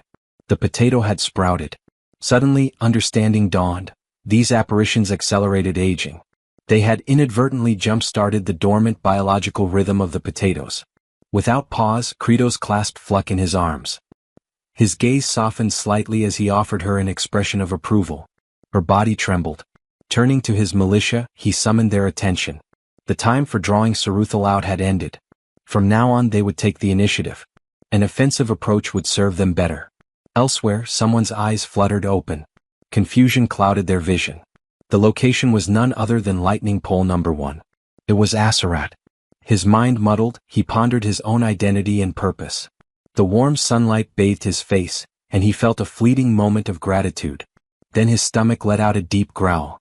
He came to understand that, despite his condition, a deep yearning for existence still burned within him. His focus shifted when he heard his name being called. It was Fluck. She expressed her gratitude, explaining that thanks to his tip regarding potato sprouting, everything had turned out well. She had even received a generous supply of chunyo as a result. She went on, mentioning how Kratos had assembled a considerable force of agrarian warriors. Yet, by this point, Azarat was no longer registering her words. His entire attention had zeroed in on the food she carried. The moment he laid eyes on the edible chunyo in Fluck's possession, his mind unraveled. Overwhelmed by hunger, he fixated on the meal. Aware of his craving, Fluck attempted to feed him by tossing a piece his way. Unfortunately, the morsel struck him square in the eye. Letting out a sharp groan, he threatened the child in irritation. Apologizing, she tried again. This time, she launched 3 pieces simultaneously, hoping at least one would land correctly. One chunk successfully entered his mouth, while the other 2 landed on his eyes once more. Despite the pain, tears welled up in his eyes, not from sorrow but from the sheer flavor. As he chewed, the delight overwhelmed him. At that moment, a notification arrived for Kratos. A member of his demon legion had experienced joy. 1 happy point was added. His cumulative total now stood at 302. This puzzled Kratos slightly. With the latest batch of recruits who had eaten chunyo, the total should have been 300 demons and Fluck. He couldn't quite figure out the identity of the extra source of happiness, but ultimately dismissed the thought. More points only meant more power, and he intended to conserve them for the upcoming raid on Saruthal. Rousing his troops, he ordered the cultivation warriors to press forward. With fervent energy, he rallied them in the name of a prosperous yield. Hours passed until they reached the threshold of Sarathal's stronghold. Saruthal, foreseeing the assault, instructed his minions to sever the rope bridge. As the bridge collapsed, the phantoms mocked the approaching demons, ridiculing them with jeers. Their amusement didn't last long. Without hesitation, Kratos lunged across the chasm. Panic swept through the wraiths, until they realized he had miscalculated. He was plummeting. The phantoms erupted with laughter, calling him brainless for attempting such a reckless leap. Then the laughter died. They spotted fragments of his form embedded into the cliff face, once again with his posterior exposed. The ultimate glitch maneuver had been activated. The spirits flushed, blushing in discomfort. Slowly, Kratos began his ascent, turning once, turning again, revealing his backside with each twist. His expression remained grim and menacing. With a few more contortions, the demon lord reached the top. The specters, thoroughly unsettled, groaned in disgust. Kratos then gestured toward Zephyros, signaling the next phase of the operation. Zephyros gave a subtle nod in return. Kratos bolted inside. As per his calculated tactics, the food wraiths were expected to fear the potatoes. But by charging in unarmed and alone, he increased the odds they would fall for the trap. As predicted, Saruthal dispatched his food wraiths, believing the demon king lacked the cursed tubers. Any contact with him would be their triumph. The spectral attackers surged forward. Kratos initiated a concealed maneuver, his so-called quantum leap. A glitch-based strategy now branded with an impressive name. Once more, his frame merged with the terrain, his posterior protruding as before. Then he vanished. The wraiths, unnerved, muttered about the bizarre nature of his movements, wondering when he gained the ability to phase through solid matter. They sensed him overhead. Lunging, they managed to grab hold of him. Victory seemed imminent, until he disappeared yet again. This marked the 19th occasion on which Kratos had executed this plan. He had memorized every crevice of the terrain. Having visualized the entire battlefield by combining all areas of enemy spawn from the game, he stood dead center, surrounded entirely by the food wraiths. Drawing in a breath, Kratos steadied himself. The phantoms believed he must be fatigued, even as the sovereign of demons. But Kratos declared internally that he no longer stood there as a ruler, he was a seasoned gamer. In the distance, Zephyros shouted the cue. He ordered the next step. From all directions the cultivation squad appeared, launching their weapons. Not balls but potatoes. The tubers struck the agricultural phantoms directly. Simultaneously, Kratos instructed them to commence cultivation efforts. A few more seconds passed, just enough to fully appreciate the grandeur of the moment. Initially, Zephyros harbored some uncertainty regarding the strategy, yet soon came to grasp that the demon sovereign had once again devised a flawless approach. Earlier, Kratos had informed him that while he lured the crop wraiths into a single confined location, Zephyros was to direct the cultivation sentries along a mapped-out route. Zephyros reviewed the diagram of a forsaken, ancient watercourse, nothing but a cul-de-sac, or so it appeared. Kratos insisted otherwise. He declared that something was indeed hidden there, a covert passage, one he had personally uncovered. Following his escape from the nightmarish cliff of the deceased, just before entering the ultimate zone, he had explored thoroughly and noticed something unusual. Despite the area appearing empty, the craftsmanship of the environment seemed deliberate. Then he observed an odd section on the stone wall. After slashing it with a blade, the wall shifted open. That's how the areas had been linked. The hidden corridor bridged the battlefield where the initial confrontation with Saruthal had occurred and the cavern deep beyond. At first, he hadn't been able to access it until he cleared the surroundings. Only then could he claim the elixir of metamorphosis. If such an artifact existed in the real realm, he was advised to retrieve it. The elixir was a distillation of numerous fallen fleshly souls. It could only be ingested once, with its exact effects unknown. Back in the present, the field hands rejoiced as they gathered the sprouted spuds. The sight of it implied they were ready to sow them. Flute's father thought tenderly of her and of how they might finally enjoy full meals. But witnessing all of this, Kratos' features darkened. A memory surfaced. He once starved so severely that a kindly elder woman offered him food. She had even promised a hearty supper if he could just hold out a little longer. The next thing he remembered, an ambulance was parked nearby. That thought soured his expression. With that grim recollection fresh, he declared a statement that caused the workers to cheer. Anyone who interfered with their long-awaited nourishment would be utterly annihilated. Just then someone called out to the overlord. It was Baal, announcing his readiness to assist against Saruthal. Kratos, however, ordered Baal to focus on carrying the provisions. Combat belonged to the head of the chain. Meanwhile, Saruthal invoked the great spirit of glacial heart. He beseeched it to ensnare more souls with its frozen wrath and grant him a surge of reinforcements and might. Out of nowhere, Kratos landed a forceful kick square into his back, sending him to the ground. Saruthal lay stunned, face against the dirt, shocked by the Demon King's sudden arrival. Kratos coldly responded that it was no longer his concern. Pest extermination was now underway.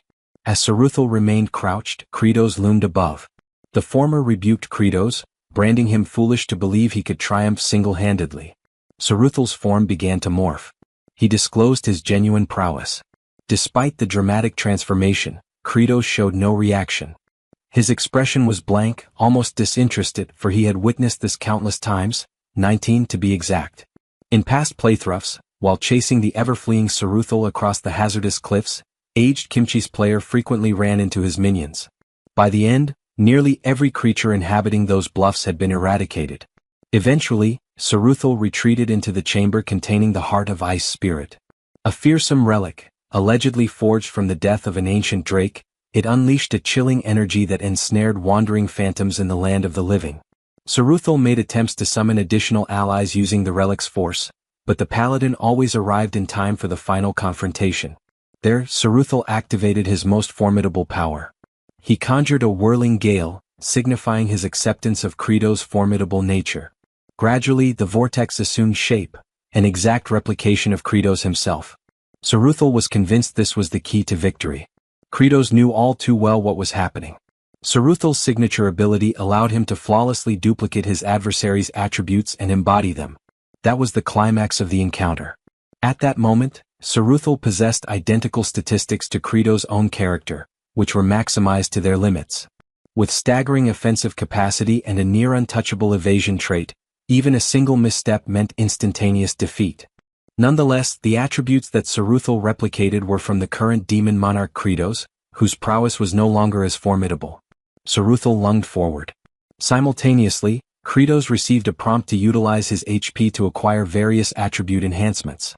He had the option to allocate 10% more to his existing stamina, which stood at 30%, as well as his psychological fortitude, bodily power, nimbleness, and arcane energy, each resting at 20%. With a reserve of 302 HP, Kratos spent 50 of them to elevate his agility to 30%. Saruthal was taken aback when Kratos sidestepped his strike with ease. Following that, Kratos delivered a punch with all the force he could summon. Another 50 points were consumed to boost his brute force from 20% to 30%. He met Saruthal's clenched fist directly with his own. The impact prompted Saruthal to cry out in pain, bewildered as to how Kratos remained unscathed. Kratos retorted that cultivating land also required intellect. Enraged, Saruthal attempted to unleash the bloody strike technique, but Kratos had already invested 50 points to amplify his magical force, raising it to 30%, and another 50 to augment his mental endurance to the same level. Both unleashed their lightning-based abilities.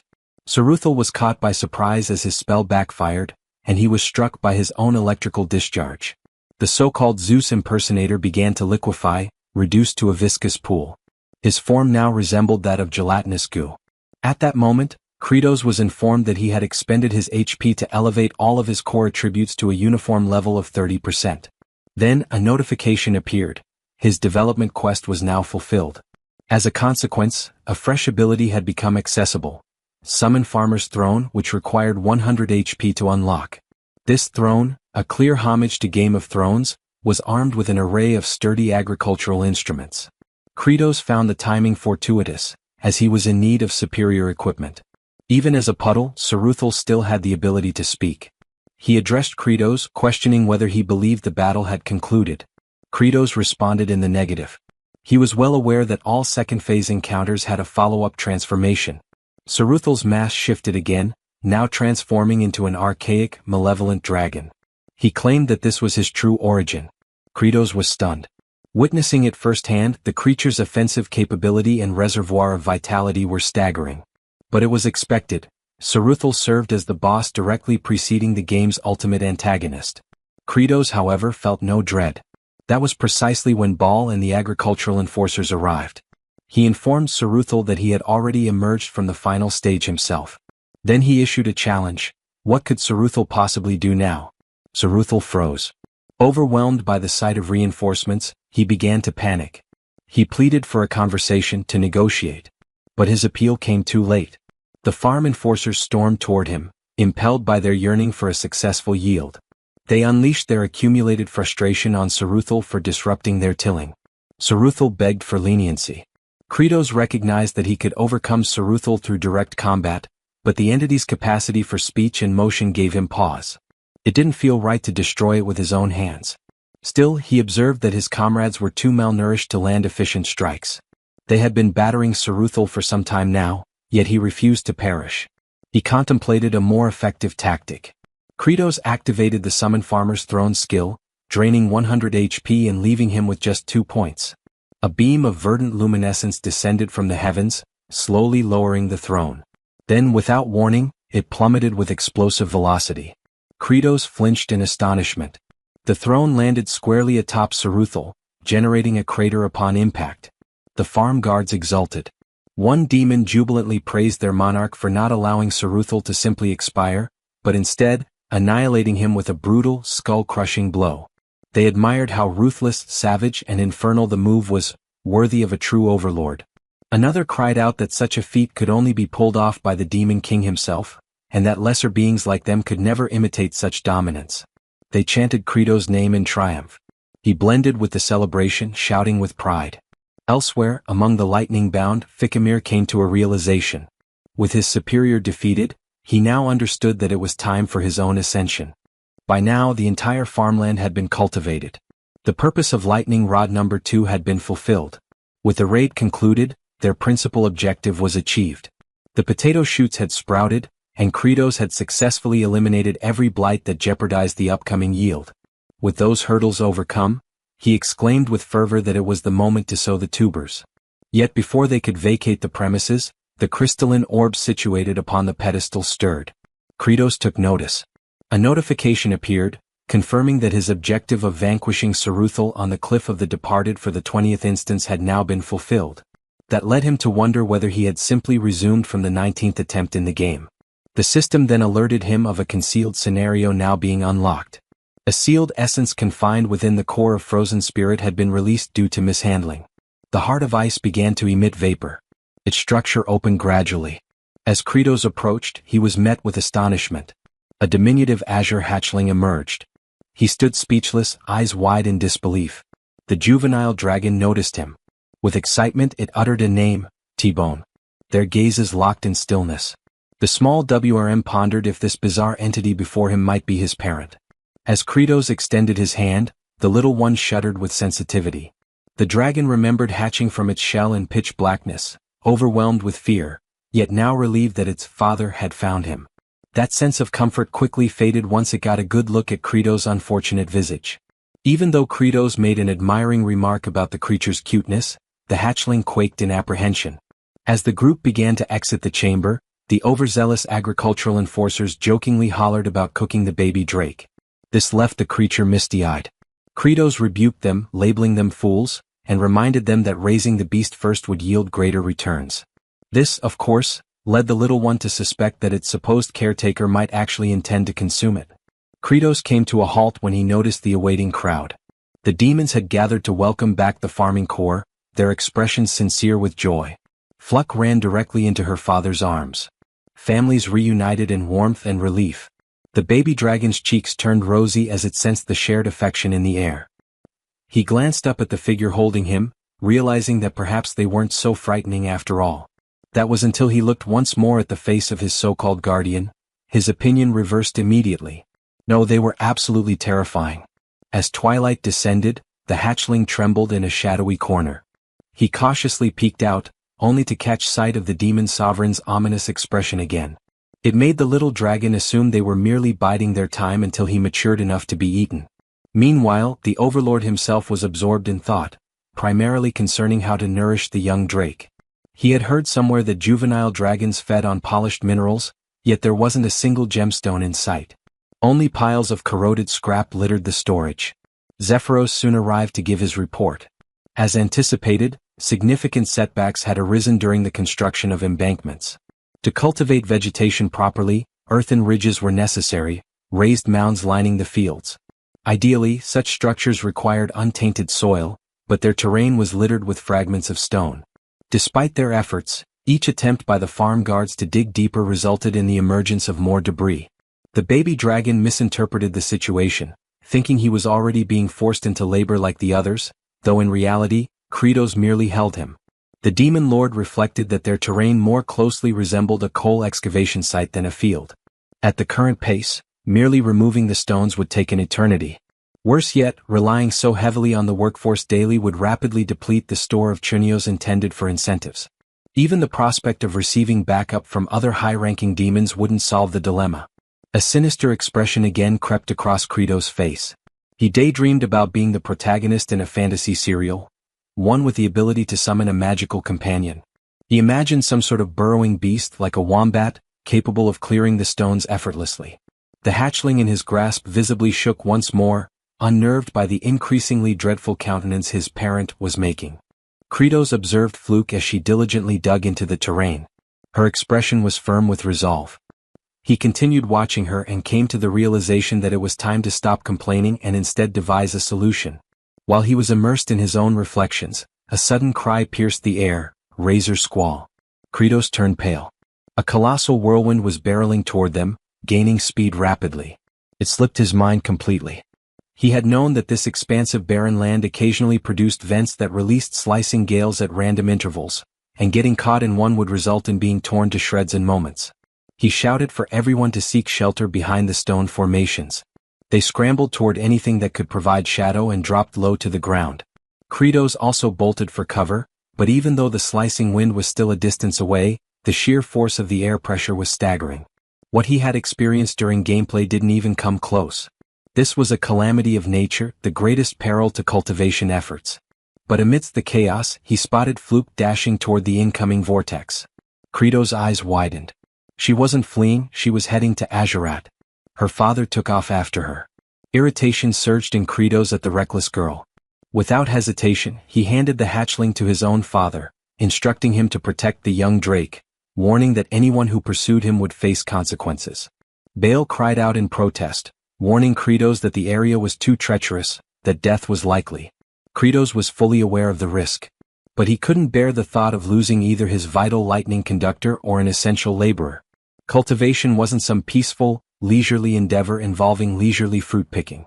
Fluke, struggling, attempted to move the pole, but her efforts were fruitless.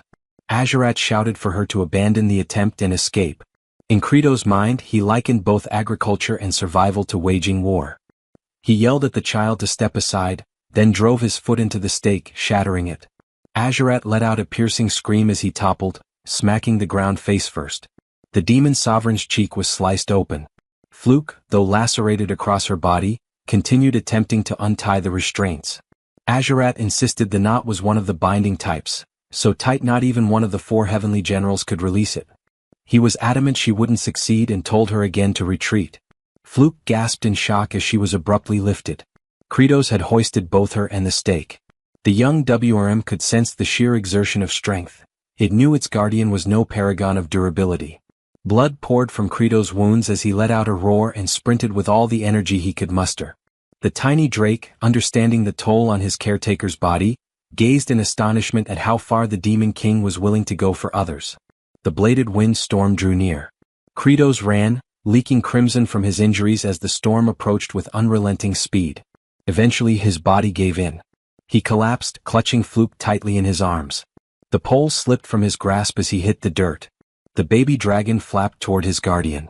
He now perceived him as a benevolent being. The hatchling inched closer, then inhaled deeply and cried out the name T-Bone at the top of his lungs, unleashing a torrent of glacial wind. It clashed directly with the approaching razor storm. Kratos sensed the violent wind current diminish.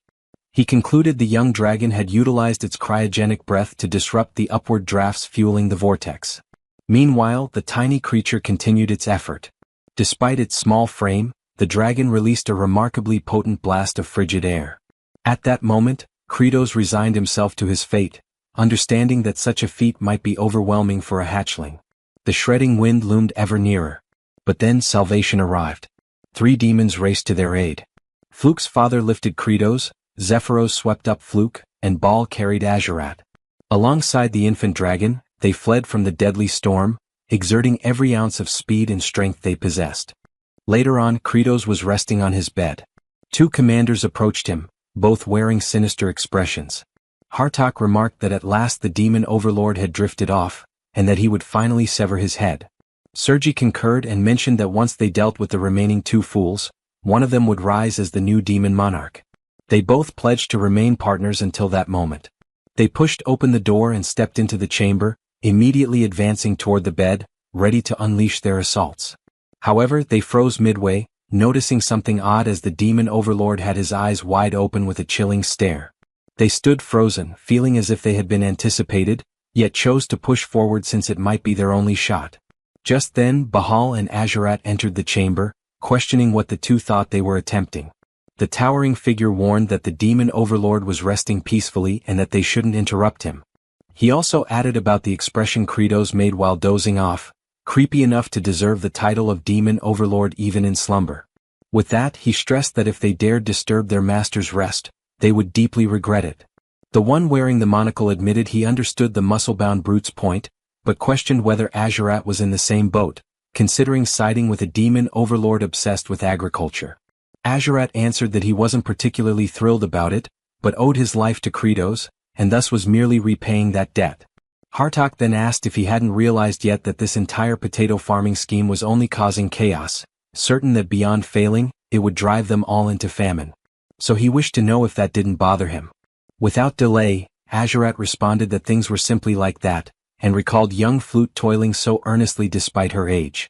For that reason he stated if they wished to survive, they had to be willing to risk their lives. Even though he preferred risking it in combat as that was simply his nature. The one with the monocle firmly declared they would regret that decision, then exited the room with Sergi.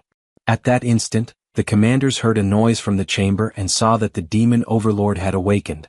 Kratos, bewildered, called out Azurat's name, and the general questioned whether he might have overheard their entire discussion, though he quickly clarified he wasn't supporting him or anything similar. He insisted that he was merely repaying what he owed or something along those lines. Nonetheless, Kratos, with a menacing glare, demanded to know what on earth the lightning rod was doing walking around. Azurat, puzzled, had no time to react before receiving a bloody strike so intense it was visible from outside the fortress. They left the room, with Bahal carrying the battered Azurat on his back. And the demon overlord stated that they couldn't waste any more time and urged to gather everyone to resume clearing the lands. The general then mentioned that in truth, the stones had already vanished and that Zephyros had taken care of it. He appeared puzzled upon hearing that, until he noticed his subordinate giving orders to the farming squads.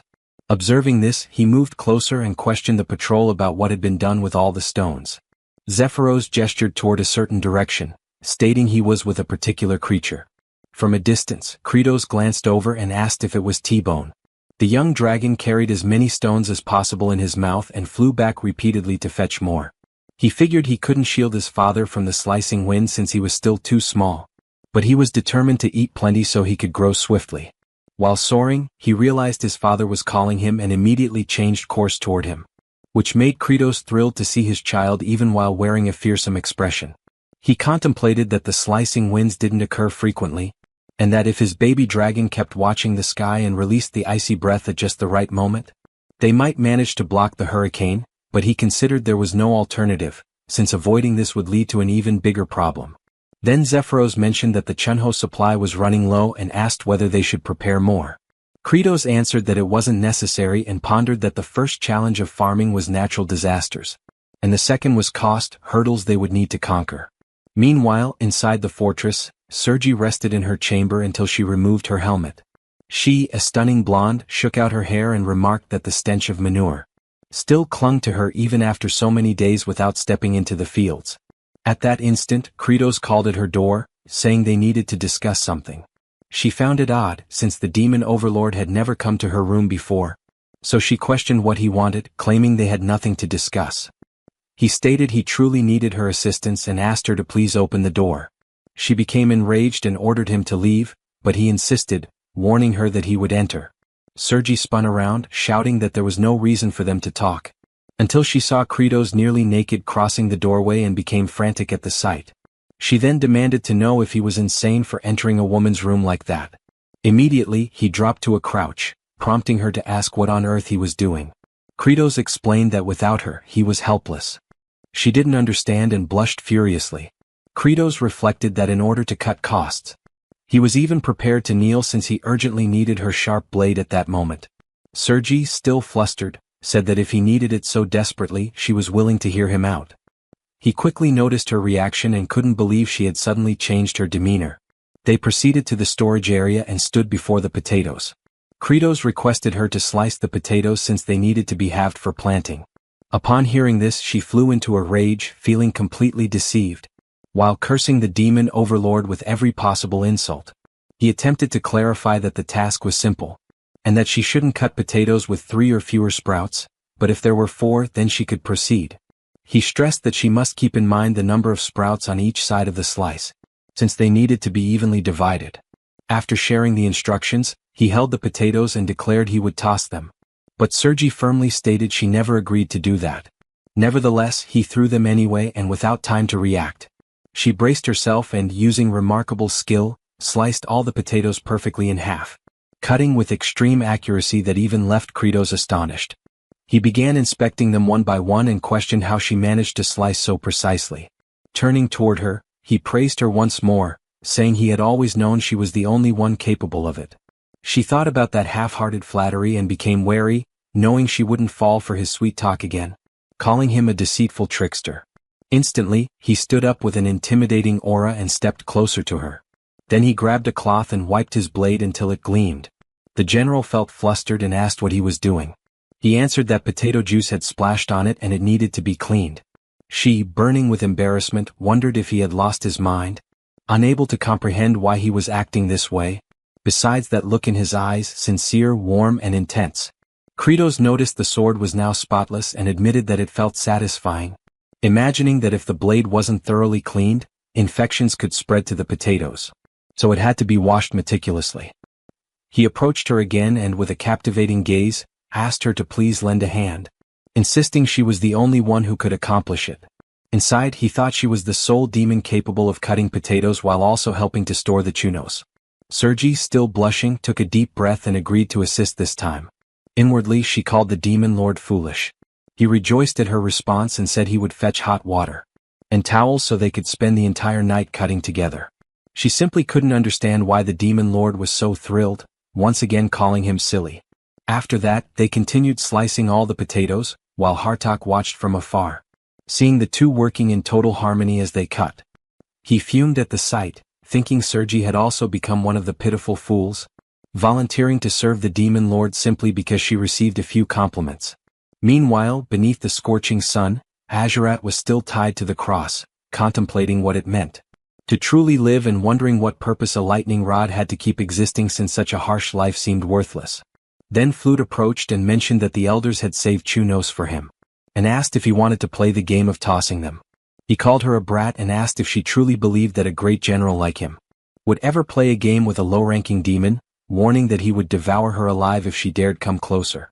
Regardless, she tosses the food, but it lands directly in his mouth. This infuriates him so much that he demands to know if she doesn't understand how to throw correctly, ordering her to do it properly. From a distance, the one with the monocle observes and concludes that Azurat has already lost his sanity, thinking he has taken so many blows that he can't think clearly anymore. Then he spins around after hearing someone yelling. It was Kratos announcing that they would finally begin planting the potatoes in the fields. Hartok watches the scene and decides that he never expected anything from him anyway. At that exact moment, the farming squad begins expressing gratitude to Sergi for slicing all the potatoes for them.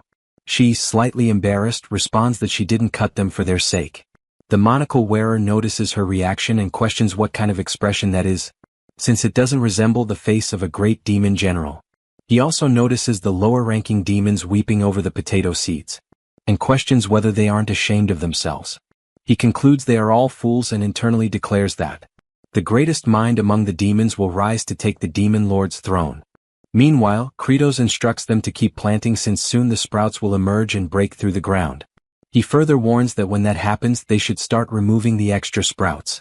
Bahal claims he's very skilled at cutting, but the demon lord orders him to stay quiet, and explains that each seed piece can produce 3 to 6 sprouts.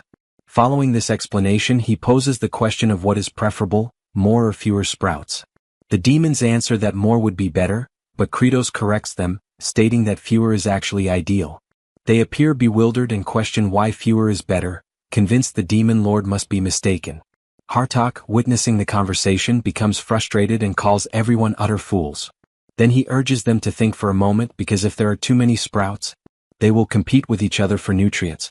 In other words, the potato itself will end up with fewer nutrients. Kratos overhears from afar and admits his surprise, asking how Hartok knows that, and whether he has cultivated before.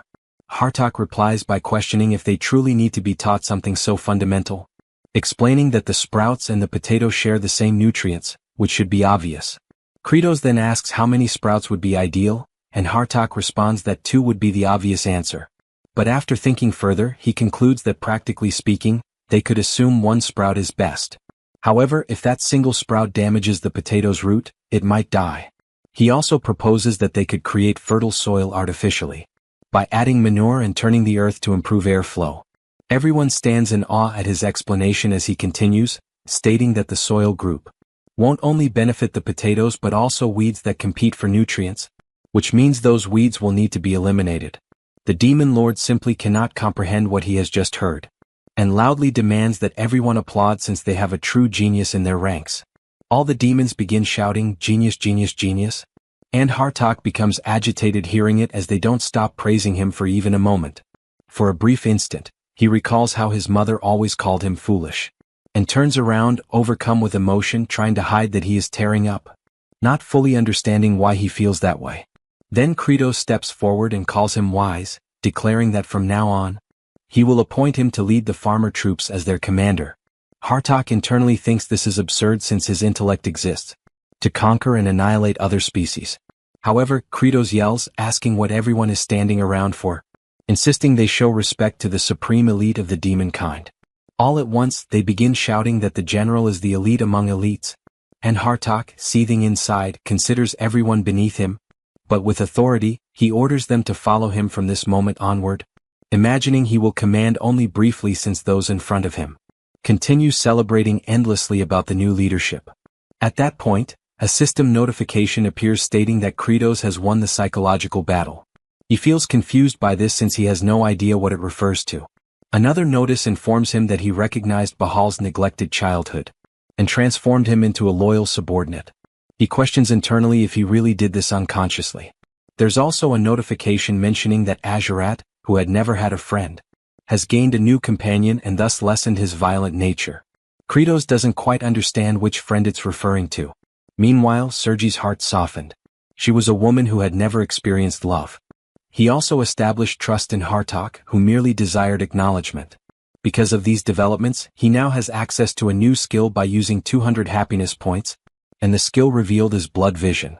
He feels shocked because this ability wasn't in the game at all, and is probably original, just like the Farmer's Throne skill.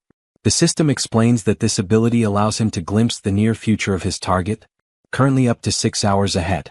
It also specifies that the target can be a living being or an object. But his surprise intensifies immediately after. A new notification says it can even be used on the sky.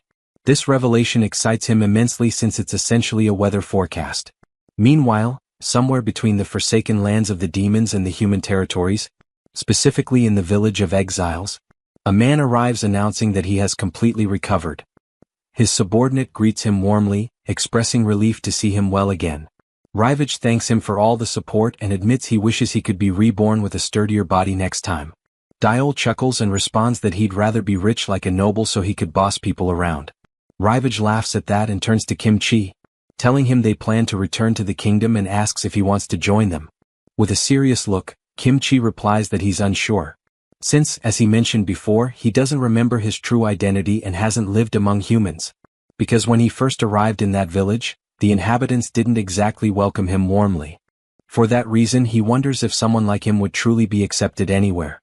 The two observe quietly for a moment until Rivage proposes that perhaps he should start by wearing different attire.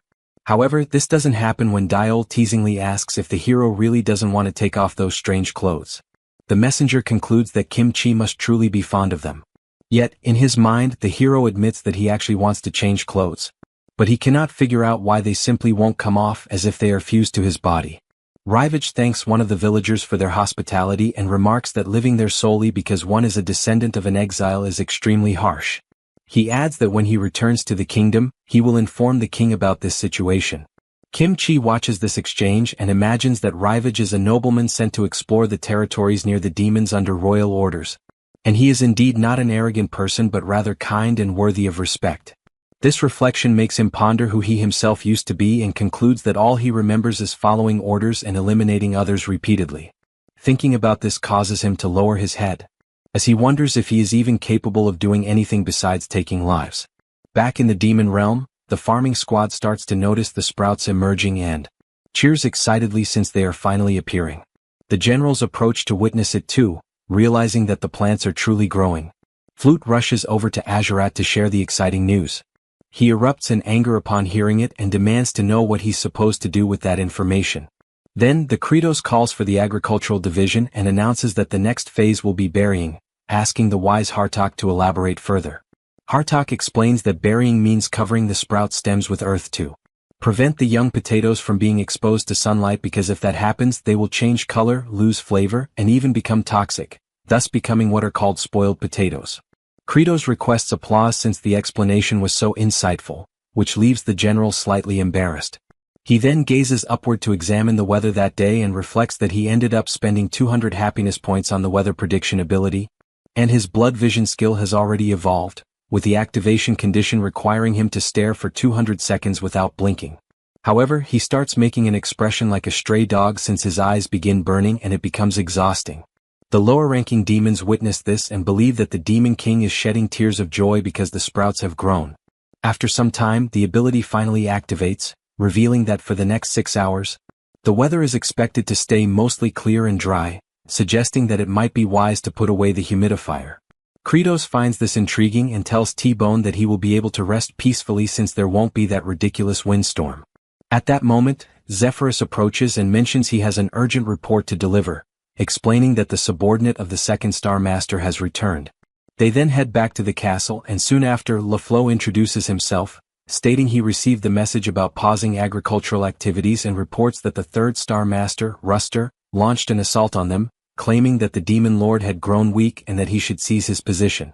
The Kratos becomes irritated because he thinks all demons behave the same. Zephyrus remarks that this truly poses a problem because if the third Star Master defeats the second Star Master and they ally, it will not be easy to handle them. Kratos agrees and points out that although they are low in level, their numbers are overwhelmingly large. He contemplates that he must find a solution before the second Star Master collapses, even though he cannot neglect the agricultural tasks for too long. The region attacked by the third Star Master is a deep underground abyss known as the Swamp of Decay, which, when compared to the game map, is actually 10 times larger and absurdly distant. He heads to the opposite abandoned area, which should provide bonuses in the game and is located inside the Demon Lord's castle, but it isn't functioning. This makes him ponder how to resolve this and manage the farming at the same time. He pauses to think, not fully understanding why he is so concerned, and with a wicked grin, decides that since he is the Demon King, the boss doesn't have to do everything himself. So he sticks to his plan and Sergi makes a fuss, claiming she isn't fighting because of him. Bahal proudly announces he will follow orders no matter what. The Kratos concludes that he can dispatch 2 of his 4 generals to the battlefield, and along with some powerful demons, they can make a significant impact. He knows that in the boss's domain, the shortcut system is fully connected, including one that leads directly to the Swamp of Decay. Aware of this, he orders the long-range sprayer to be launched, believing that if he and Hartok fully concentrate on the fights, everything will succeed. The Second Kingdom is engulfed in flames and Planus, the second Star Master, is kneeling on the ground and confronts the enemy, demanding how he dares challenge the Demon King and commit treason. The demon approaches and declares that this is a revolt, saying he had no other choice. This is Ruster, the third Star Master. He claims that ending that war will only bring devastation to their race. Planus becomes even more infuriated and argues that the Demon King promised to provide fertile lands, so they no longer need to battle humans for sustenance. Ruster responds that this is not the issue, and with his weapon lifted, he states that fighting with bravery is the pride of their kind. Suddenly, a weapon flies toward them and strikes the Star Master's club directly, knocking it away. He turns to see what caused it and realizes it is 2 of the celestial generals. Sergi wastes no time and admits to Ruster that he is correct, as their race truly was born to battle. She says they adore fighting more than anything else but wonders how things ended up like this and why they even started enjoying it in the first place, but she finally understands after observing everything that happened lately. Flute runs with a bright smile on her face. She bursts through her house door, shouting and calling her father to hurry to the fields. Once they return to the field, they are amazed to see the beautiful crops that have grown. Witnessing this brings tears to the lower demons and even Azurat, who also weeps because of it. Hartok and Zephyros watch from afar, as does Kratos, standing proudly before his grand accomplishment. The little girl runs, calling for the Demon King, and Happy says that it is truly beautiful and that she has never seen anything like it before. Kratos simply remains quiet. Back with Sergi, she charges fiercely at the demonic master and attacks with her countless swords. The opponent, distracted, fails to notice the tyrant closing in and gets grabbed. She seizes the chance and unleashes an endless barrage of strikes while her target is restrained. Ruster starts begging her to stop and insists he never mentioned finishing anyone off, claiming he was there to save lives and doesn't understand what they are doing. She reflects that this might be true, but she doesn't stop attacking, declaring that sometimes one must be eliminated to protect many others. He becomes enraged hearing this since it makes no sense to him. Meanwhile, Kratos, in front of Flute, remarks that finally they started to sprout and that there were many at once, then orders the useless flowers to be cut immediately. The demons are upset about this, and Azurat starts yelling, declaring he will never forgive the Demon King for being so heartless. Hartok enjoys hearing this since even in that situation, the king stayed true to his nature. Because of that, he asks what everyone is waiting for since they must carry out the order at once. Dirok, though upset, kneels in front of the flower and sees it looking sad. Another demon laments, saying he cannot do it because they put in so much effort to make them grow and had never seen anything so beautiful on that land. The general, with little patience, warns that if they leave the flowers there, they will consume all the nutrients instead of the potatoes doing so, and the priority is to make the potatoes grow large and well-fed, not create a flower bed. The farming troops then comply even though it pains them deeply. Kratos watches this with excitement since he enjoyed hearing the word potato echo in his mind. After that, the generals return and report that they have captured Ruster. The Demon King makes it clear that this is the consequence for sparking a rebellion and that everything he built was destroyed by another, and he will do something about it. The Star Master simply asks to finish him already since a demon who lost his honor in combat deserves nothing but death. Without delay, Kratos uses his ability to fry the demonic master, but he laughs as he didn't even feel a tickle because he wears excellent armor. Kratos questions if that really happened and if he didn't take any damage at all. Then he drags him to the plantation and uses a lightning rod, explaining that he actually found the task quite useful. Then he uses his ability again, making Ruster scream in agony and also beg to be finished already, and since now they have a new lightning rod. The Demon King requests someone to take Azurat off the cross since he isn't recovering well and it's long overdue to retire him. They untie him and Flute runs toward him to help, but stops midway because his expression was terrifying. The general keeps muttering that the little demon girl humiliated him for too long and that's why he wants to devour her first. She freezes in shock upon seeing his ominous aura. However, his legs give out and he collapses face first to the ground. He curses it all since it has been ages since he last walked until Bahal approaches and lifts him into his arms, leaving Azurat inconsolable to the point of demanding what the hell he thinks he's doing since he's not a princess to be carried around like that. The big guy ties him to his back to carry him and says it was an order from the Demon Lord and that he'll stay like that for now. The Prince of Darkness is furious about it, swearing that he will never forget this humiliation. Meanwhile, Kratos watching from a distance admits that he was worried that Lunatic would snap again, but when he used his blood vision skill, he quickly knew the weather would stay the same for 6 hours and so he decided to release him. He points his finger and says that Harvest Day will come soon so they need to move faster. But deep down he's relaxed since he has a super fast wheat cutter that can eliminate the flowers instantly. He also has a professional transporter that makes everything much smoother. He reflects that, in a way, the autumn harvest isn't far off and the food supplies are steadily depleting, and even though demons are used to famine, he can't bear to see how exhausted they'll become. At that moment, someone approaches calling out to him. It was Planus, who introduces himself as the master of the second star and is there to express his gratitude for having been saved. Kratos stands quiet for a moment, and so does the Star Master. Then, he abruptly shifts his expression to rage, leaving Planus bewildered as to why he suddenly turned furious. All Kratos can think about is why that demon showed up empty-handed to offer thanks when he could have at least brought some wine or a few fruits. The Star Master mentions that he is currently gathering some of the third star subordinates and will soon put them to work. All the Demon King can think about is that the potatoes are thriving splendidly, and he wants to harvest them quickly to prepare chunos. He says that what he really wants is to watch the demons eat until they are completely satisfied. Only then does he pause to think about why he started doing this in the first place. While lost in his thoughts, the second Star Master announces that he will prepare the troops and then leaves the field. Kratos watches him depart and considers that this Star Master was among the weakest and least advanced, yet he liked the confidence he carried and his unwavering loyalty to the demon homeland. He also guesses that this demon is technically like a plant, so in the end he might turn out quite valuable. As Planus walks through the field, he feels under his feet that the earth is incredibly rich and brimming with nutrients unlike anything he had ever sensed before. After strolling for a while, he imagines that at first he was merely a sprout and therefore never grew properly using nutrients. But he finds that soil remarkably different because it was nurtured by Lord Kratos. He uses his power and begins to root himself into the mountain, concluding that he can become stronger in that ground to the extent of potentially rising to the level of Demon King. Thinking about this, his roots start spreading throughout the entire land. The next day, Kratos shouts at the low demons to prepare for exercise time. Starting with arm movements, the Demon Lord guides them with bizarre music. The low demons sing along with him, copying every single demonstration. Kratos, watching T-Bone enjoying the exercises, thinks about how messy the crew was at the beginning and feels amazed by how precise they are now. Thanks to their demonic physical properties, they can follow even the most surprising instructions. While they roll from side to side, Kratos realizes that the low demons will become essentially strong under his command. Suddenly, Bahal arrives, shouting loudly while carrying Azurat on his back. He announced that all the potato leaves had turned yellow, immediately catching Kratos' attention. Everyone hurried to the field and quickly noticed the obvious change in the color of the potato foliage. Zephyros sighed heavily at the sight and questioned aloud if it would truly be impossible to produce anything now. Sergi grew visibly disheartened witnessing the scene.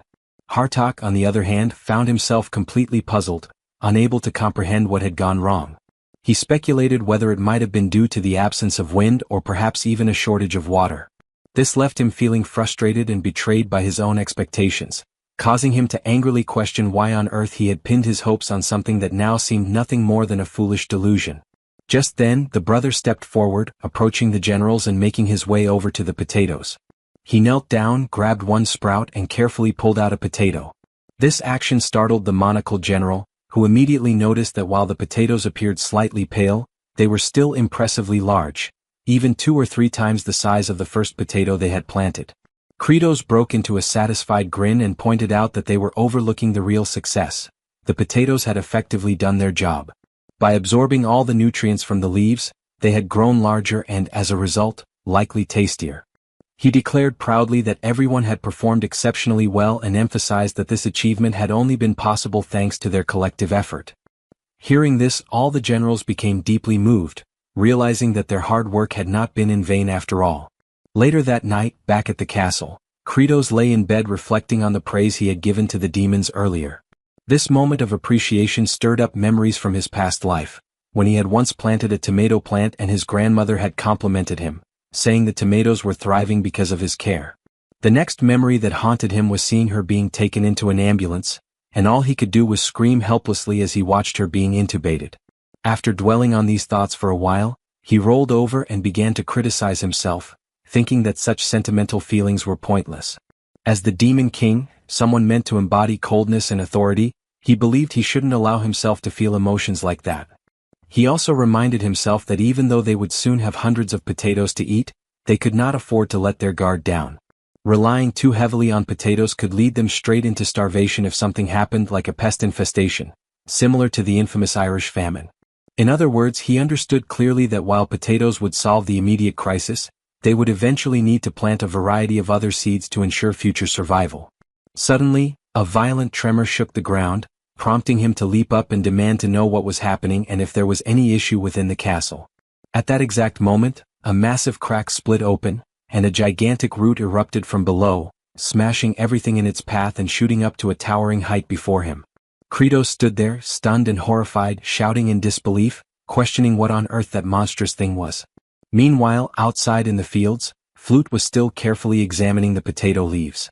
She recalled that the Demon King had mentioned that the leaves would naturally fall off as the potatoes matured. However, she sensed something felt terribly off and began to dig with determination, convinced that something was wrong beneath the surface. When she finally pulled one of the potatoes out, she was horrified to discover that the vegetable had simply vanished. She prepares to dash off, intending to alert the adults immediately, but soon freezes in place as the entire castle becomes engulfed by countless enormous branches. Kratos finds himself ensnared by the massive tendrils, and just then the Star Master emerges, laughing mockingly and remarking that the Demon King now resembles a helpless insect. Kratos cannot comprehend what he's seeing since that towering figure is actually Planus, the very one who had assisted them only moments earlier. Planus reveals, boasting proudly, that thanks to the nutrient-rich, fertile earth Kratos had cultivated, he was able to grow into this monstrous form.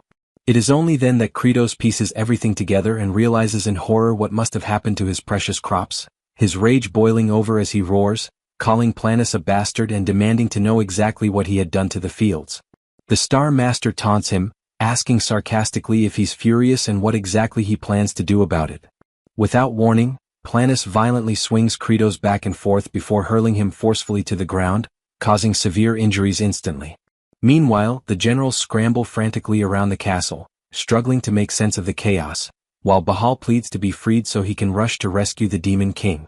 Sergi and Azurak question if he's lost his mind, pointing out that even if they attempted something, facing that star demon would be impossible.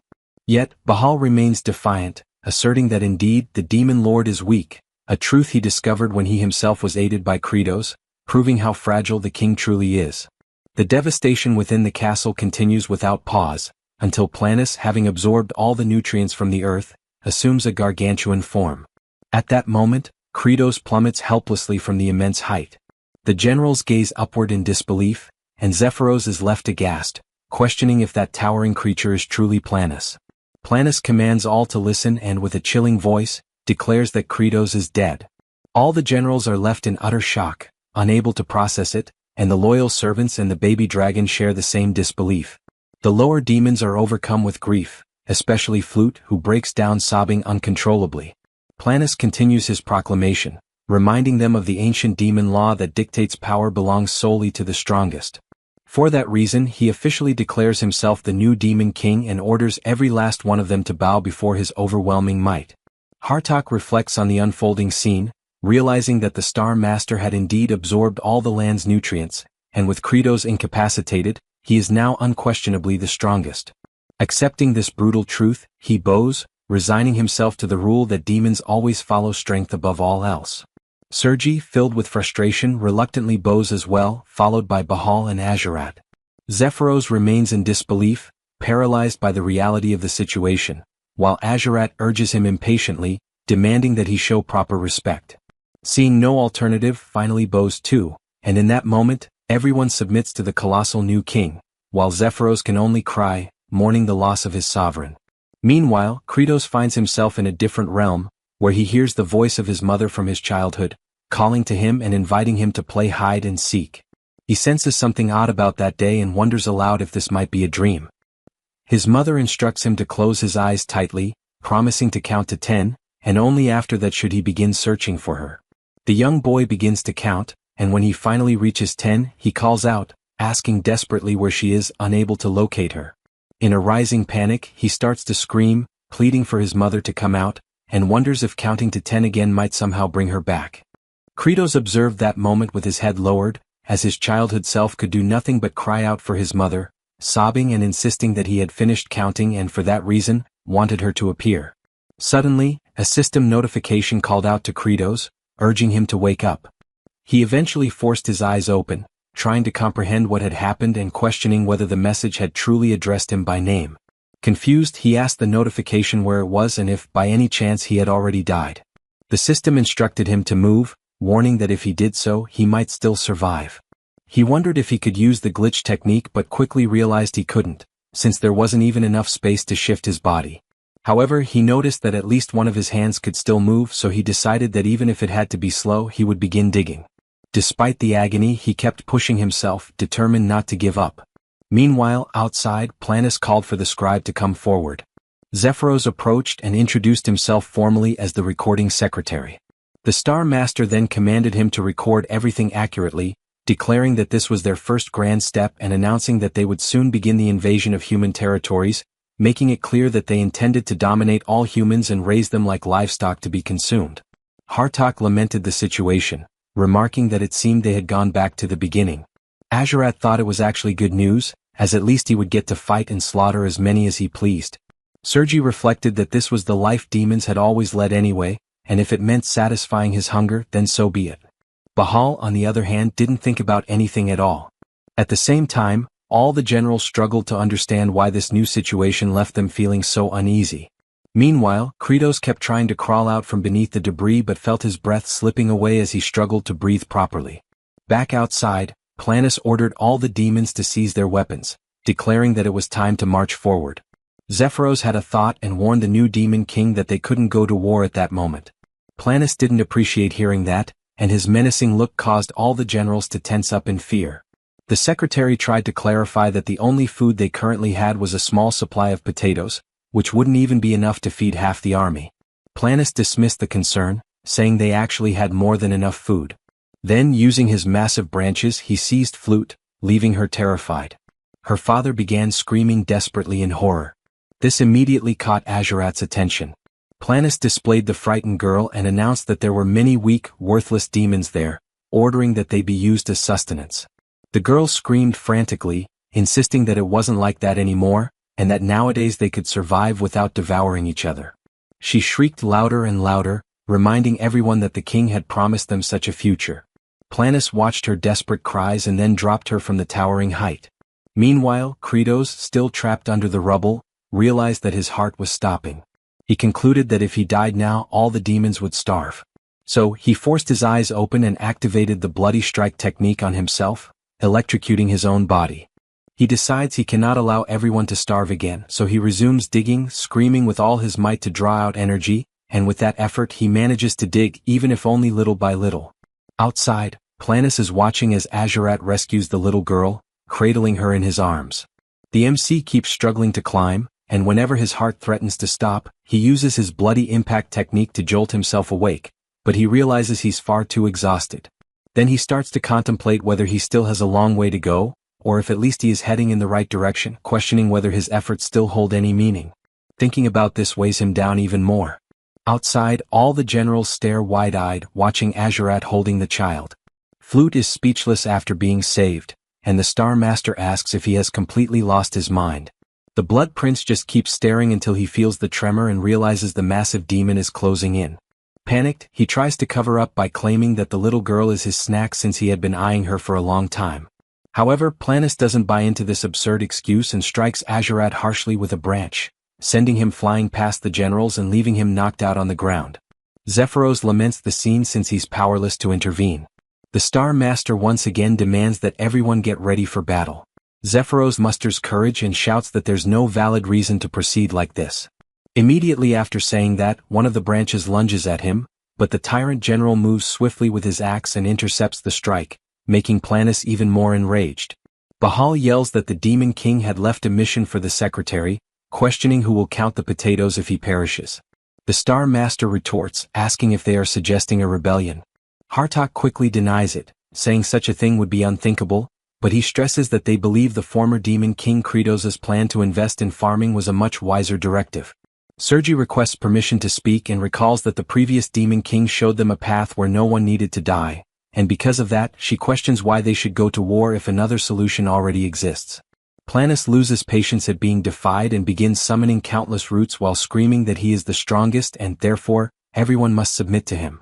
However, they refuse, declaring that true strength comes from what is just, and all the generals ready themselves for combat. The lower demons also shout that the Real King is only Kratos, warning Planus that he will pay for what he did to the fields. Instantly, the roots move toward the demons, but Hartok doesn't allow it, using his mist barrier to block the attacks and protect the farming troop. Bahal places Sergi on his hand and hurls her into the air, giving her the opportunity to slice through all the incoming branches. She then looks directly at the Star Master and yells that she will start by tearing out his eye first. However, he finds this amusing and, besides blocking her attack, also captures the generals with shocking ease. Then he announces that they are all going straight to the canopy for daring to oppose the new Demon King and makes it clear that he is 1,000 times more majestic than the feeble Kratos. While attacking the entire troop, he declares that the former king was nothing but a weakling who perished without even resisting, and because of that, he questions what was so special about that fool since he saw nothing admirable in him. He gets ready to deliver the final strike on Zephyros, who is trying to protect Flute, until suddenly he hears a voice from the MC asking why he's hurting his self-esteem like that. Then Kratos appears, fist clenched, intercepting the attack aimed at his secretary. Next, he smashes the branch into dust in an instant. Planus is stunned to see him alive, unlike Flute, who immediately smiles upon seeing him. The system message appears, stating that Kratos has unlocked a new system and skill at the edge of death, and that concentrated nutrition has been activated. Zephyros and Flute stood frozen, wide-eyed, as Kratos emerged with sudden violence, his crushing blow stunning them both.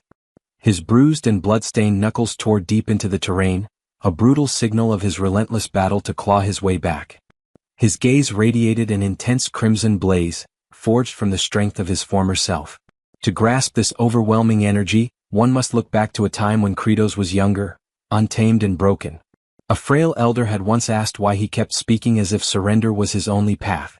A despondent, youthful Kratos, hunched low and consumed by despair, confessed that existence had become unbearable. Calm but firm, the woman pressed on, questioning if life truly was that unbearable, then why bother surviving at all? Holding a tiny seed gently between her palms, she told him that each of us is a seed. She insisted that all life begins as a seed, forced to fight upward through difficulty to reach the light. With optimism and patience, she claimed one sprouting life would inspire others, and that inspiration would spread.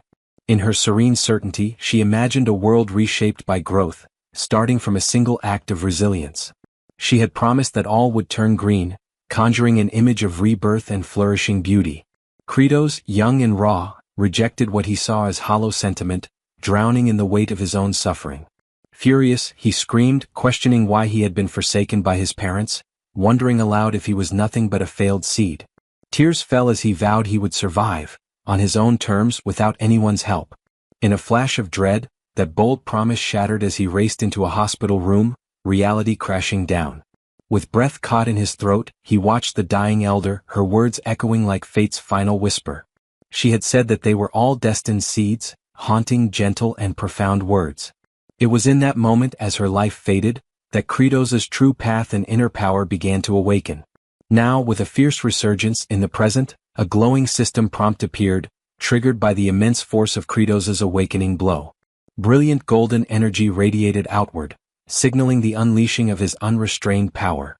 Kratos took notice. A system called Mana Seed had activated, something unknown, clearly not from the game's usual framework. It presented a third-tier Mana Seed, enhancing his attributes and unlocking a sliver of hope for escape. Then came the unveiling of a rare function, concentrated nutrition, an ability allowing all stats to be funneled into a single category, usable once each day. Kratos's eyes lit up, burning with determination. His course was now clear. A baseline boost of 30% to all attributes appeared as the seed took root. A radiant blue nucleus, shaped like a seed, materialized before him, the heart of this new strength. His power now amplified further to 39%, the metamorphosis drawing near. Letting loose a primal roar, Kratos invoked concentrated nutrition, directing the totality of his stats into raw physical might. His physical prowess skyrocketed to an incredible 155%, all other stats falling to mere fragments. With explosive force, he erupted from below the surface, his body wrapped in dirt, a walking embodiment of brute strength. Planus recoiled, visibly staggered by the crushing weight behind Kratos's punch. The towering foe stumbled, disoriented by the sudden reversal of momentum. The earth itself groaned and cracked beneath Kratos's return, unable to withstand the magnitude of his reawakening. From the rubble, a golden-lit arm thrust upward, declaring the return of a forgotten legend. His flowing cape swept the air dramatically, a banner of war revived. Kratos, once demon lord, now reborn, stood unyielding, staring down the immense form of Planus. Still trembling from the impact, Planus demanded answers, voice shaken, asking how Kratos had managed to survive, if it's really him standing tall. Kratos, wounded but intact, responds sarcastically by asking if seeing him isn't clear enough to know that he is in fact himself. Nearby, the demon farmers gazed on with faces lit by both relief and awe, recognizing their true sovereign at last. Kratos now stood before them, restored and resolute, the leader they had long awaited as the farmers erupted into cheers for a harvest yet to come. T-Bone, seeing his father, rushed toward Kratos without hesitation. Seeking solace, the little creature pressed affectionately against Kratos's cheek, drawn by warmth and familiarity. Hartok, though visibly relieved by Kratos's return, concealed a storm of lingering doubts beneath his expression. Sergei, clad in battered armor and stained with defeat, trembled at the thought that Planus might be insurmountable. Even Bahal, wounded yet breathing, questioned whether even a demon lord's strength could match Planus's monstrous force. Planus, however, perceived Kratos's reappearance not as a threat, but as an ideal opportunity to extinguish all resistance. Its glowing eyes radiated murderous intent as it promised the annihilation of Kratos and anyone who dared follow him. Yet Kratos, cradling the young dragon, answered the beast's declaration with a calm, unwavering grin. He would not back down. He spoke with clarity, explaining that despite Planus's sheer magnitude, its movements followed a set rhythm, like a predictable raid boss. Internally, Kratos assured himself, every one of the creature's attacks could be sidestepped. He had seen all of these patterns before. Tactical and methodical. He knew the farmer battalion, who had endured brutal training sessions under his command, were equally prepared. Their bodies had been conditioned to react, trained to dodge even monstrous blows without hesitation. As Planus thundered forward, unleashing a deafening battle cry, Kratos issued the call for formation. His troops assembled without delay. The titanic foot of the enemy came crashing down, aiming to crush them in one strike. Kratos ordered them to shift left, and the squad moved with perfect unity. The ground split violently beneath the place they just stood, but their synchronized movements spared them. He called for them to veer right, and again they executed the maneuver like clockwork. He barked for them to hit the ground as a sweeping limb cut through the air just overhead. Kratos's voice rang out, commanding them to roll and not stop moving as the team ducked and spun through the chaos. He commanded them to fall back, leading a coordinated retreat as Planus's pounding blows tore craters into the battlefield.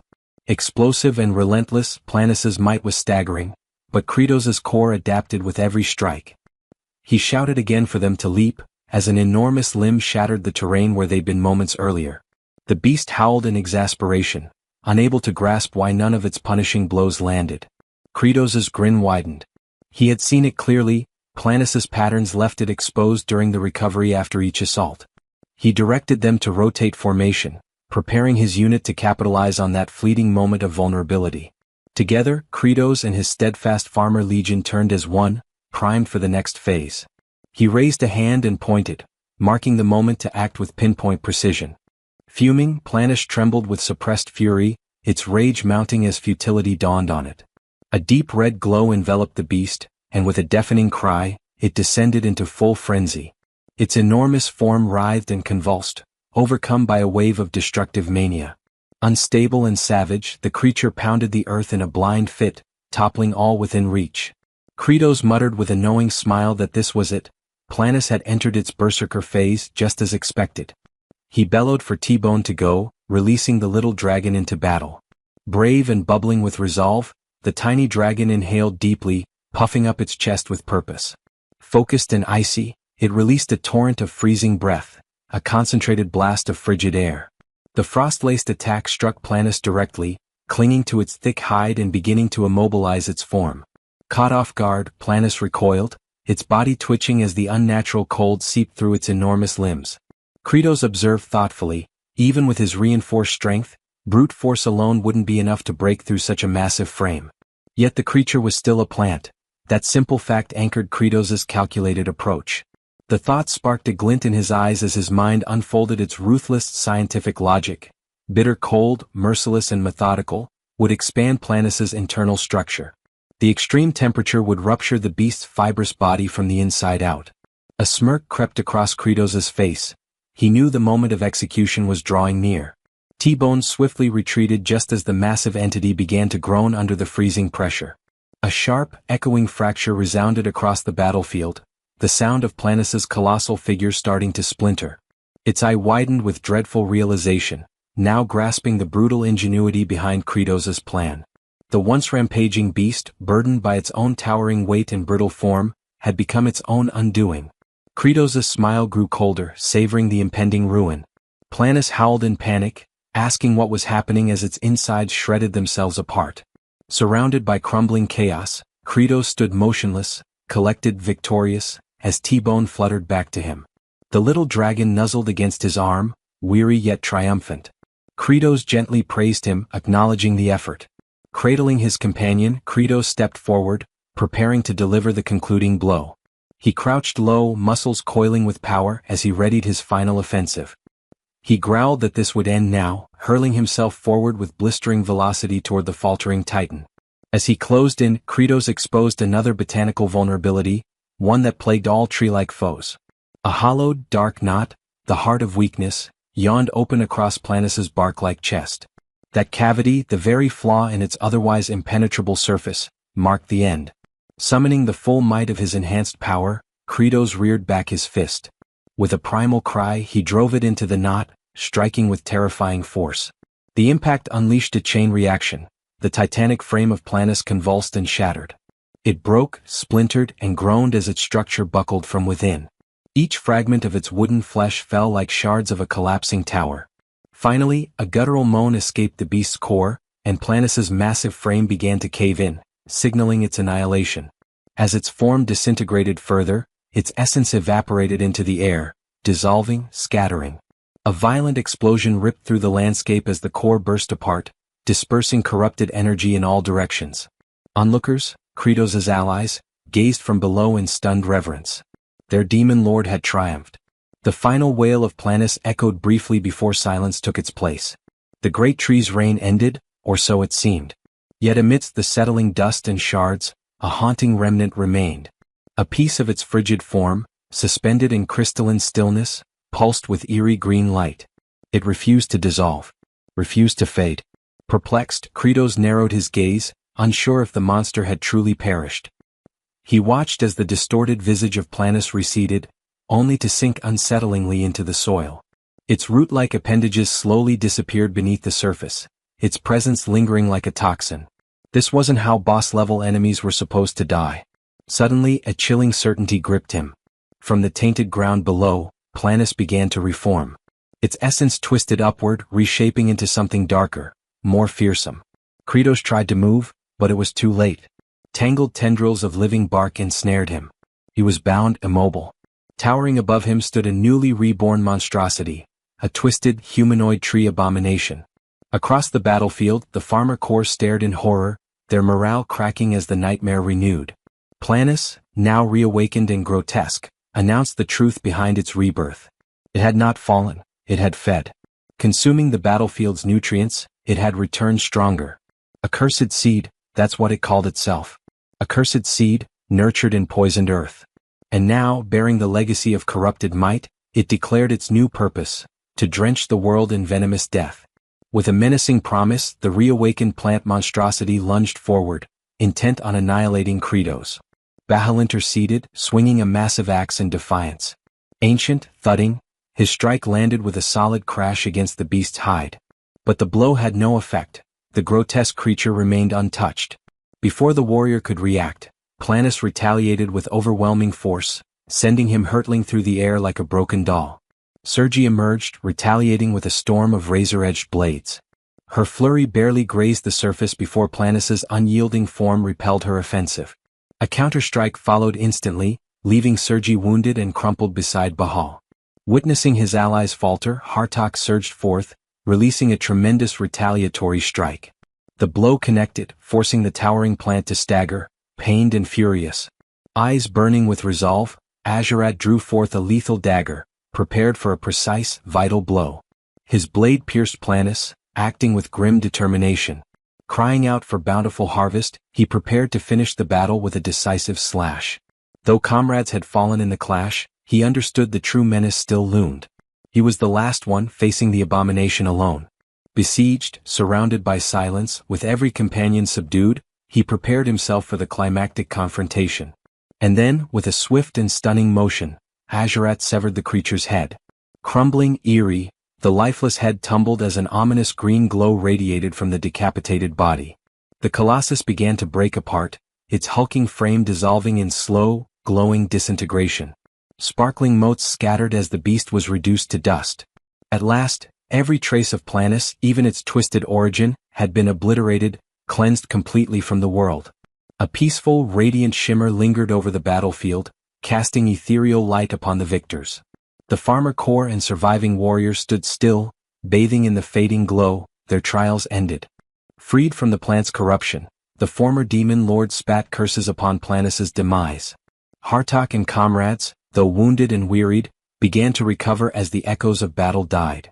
Meanwhile, Zephyros pledged to amend the betrayals that had transpired and claimed the victory of the demon lord's army. Hartok proudly proclaimed the triumph of the demon lord's ranks. Kratos watched the cheers, but concern took him. The cheers drowned the moment. The farmer corps roared with joy, hailing the victory and their fearless leader.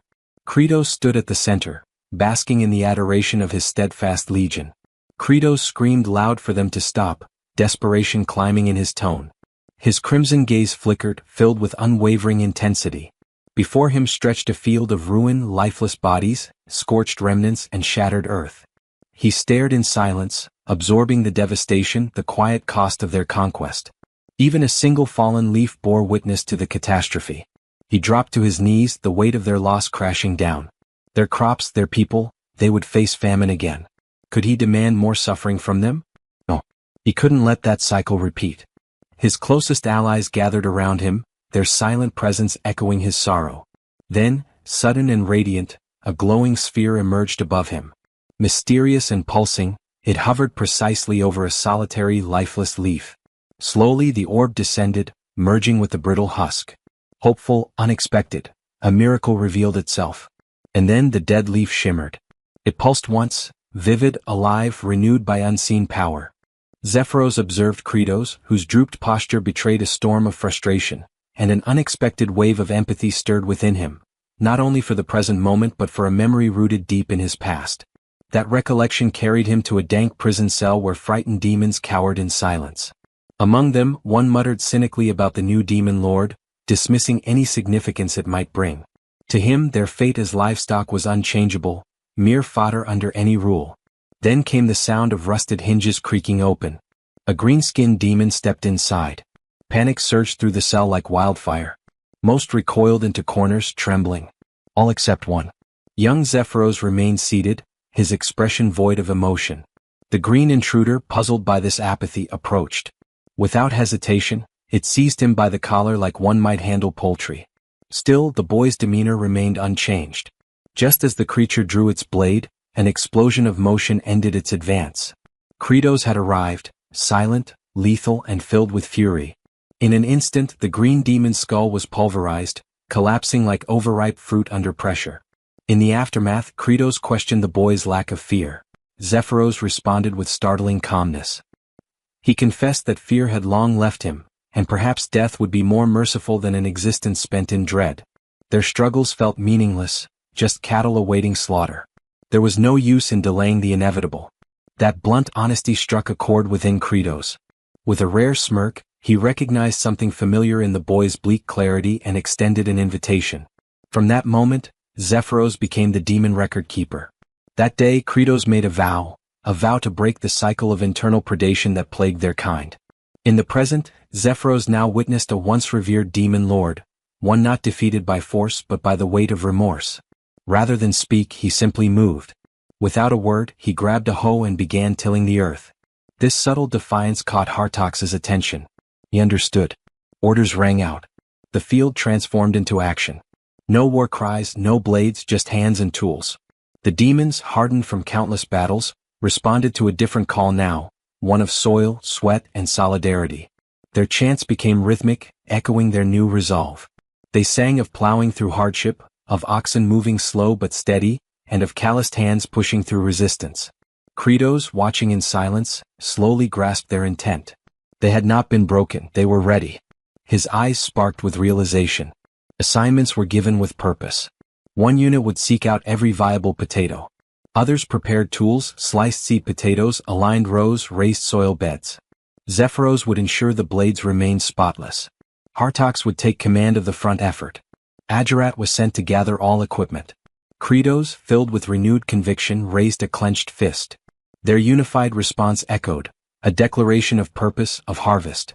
Among them, Baal charged like a beast of burden, rope clenched between teeth, dragging a plow with raw, unfiltered strength.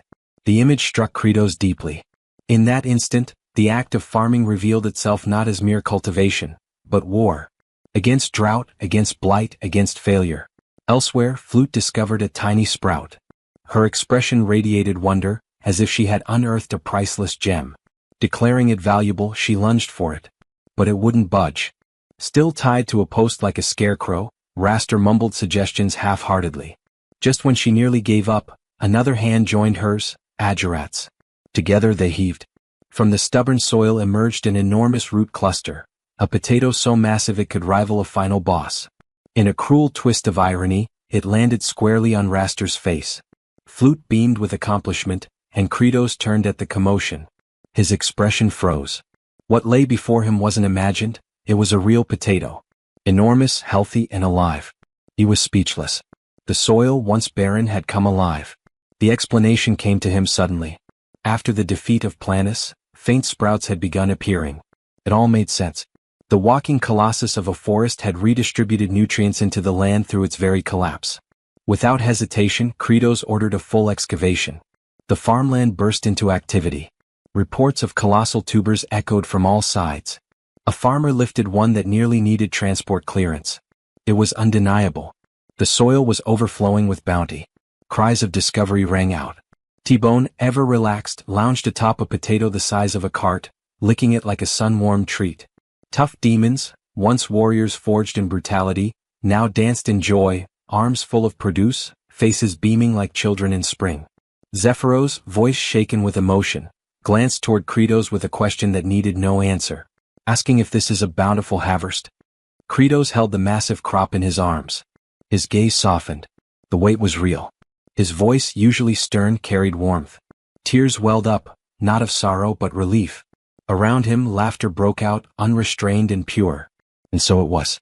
Against all odds, with hands once trained for war now sowing hope, they had achieved what once felt impossible. A true, bountiful harvest. A harvest awaited, one where hunger would no longer shadow their lives. Within the newly established demon stronghold, Kratos, bearing the title of Demon King, examined a cluttered assortment of makeshift reports pinned to a worn-out board. His gaze was sharp, expression solemn as he reviewed the current status of the Forsaken regions. The first territory, labeled with a solitary star, Sartl. Its ruling lord had made the mistake of rebelling, an error swiftly met with destruction. Adding to the fortune, once the heart of Frost ceased to pulse, his followers had disappeared like unpaid apprentices on the eve of a festival. The area now lay deserted, an open canvas for any ambitious settler armed with determination and a shovel. Next came the two-star zone, Planis's former domain. The death of its master left his scattered forces in complete disarray. Unsure of their moral compass, they wandered aimlessly, like forgotten side characters abandoned mid-quest. Then there was the third-star domain, Raster. An individual whose most notable legacy involved acting as a literal lightning rod. Oddly enough, perhaps his most meaningful contribution to date. Kratos considered retribution for past disobedience, but it felt akin to blaming a hamster for steering a sinking galleon. The final and most complex, the four-star territory, was home to a serpentine figure known as Tartu. In the original game framework, Tartu had proven trustworthy, which, within demonic standards, implied he was unlikely to commit betrayal that particular day. Kratos weighed the idea of mobilizing reinforcements from regions 2 and 4. These areas remained relatively stable and responsive. However, expanding forces meant escalating logistical demands, additional supplies, more mouths, and the ever-growing challenge of managing resources, particularly meals. Until the next yield, caution was necessary. Zephyros, known also as Ender Zephyros and now a demon monarch in his own right, provided an update. Mass stew production had commenced under prior instructions. Kratos acknowledged the report with a rare glint of satisfaction and ordered that the food vouchers be organized accordingly. At that moment, a subordinate rushed into the chamber, announcing that standby communications had been dispatched to each territory. This piqued Kratos' attention. Were they complying? A brief hesitation followed. The four-star district, it appeared, was not responding. Tension flickered in Kratos' expression. Why the disobedience? The messenger, wide-eyed and clearly bewildered, offered no reason. No explanation had been given. With evident restraint unraveling, Kratos leaned forward. The messenger hadn't even asked? And worse, ask whom exactly? The situation frayed further. Kratos, now stretching his wings with irritation like a worn warrior returning reluctantly to the battlefield, struggled to comprehend how basic inquiries had gone unmade. His thoughts spiraled. This was equivalent to dealing with bureaucratic buffoonery, where forms were submitted in crayon and logic abandoned ship. Zephyros, ever the harsh observer and unsparing commentator, noted how Kratos, despite his current air of benevolence, remained wholly and unmistakably a demon king. A visage so hideous that even time itself would struggle to produce anything more grotesque. Kratos, though calm on the surface, recoiled inwardly at the idea that something even worse could one day emerge. Attempting to bring order back into the conversation, Zephyros inquired about the servants. Had they offered any insights? Where was the Fourth Lord? The truth landed like a bolt of divine punishment. The Fourth Lord had crossed into human territory, amassing bodies for agricultural use. Outwardly, Kratos maintained his composure. Internally, however, he was erupting with alarm. That specific scenario, etched into the game's history, was the trigger. A moment not of balance or challenge but of utter devastation. The ancient paladin, a harbinger of annihilation, would be awakened not by intention, but by invasion. As long as no borders were crossed, the paladin would remain dormant. But with that blunder, the future became a parade of corpses. Fallen generals, himself shattered and impaled, entire regions crumbling beneath divine wrath. His pulse thundered with urgency. Zephyros, noticing his movement, called out, "Where was he going?" The answer was self-evident. Kratos had already launched forward like an arrow loosed from a desperate bow. Assistance? Unnecessary. Solo was swifter. As he dashed across the lands, his mind raced. The fall of Planis had elevated the mana seed to level 4. Attributes had shifted, agility now at an explosive 160%, while other stats such as stamina, mental resilience, strength, and arcane potency remained at modest 10s. He screamed inwardly, embracing every exploit he knew, shortcut pathways, unintended movement techniques, even bending terrain boundaries if needed.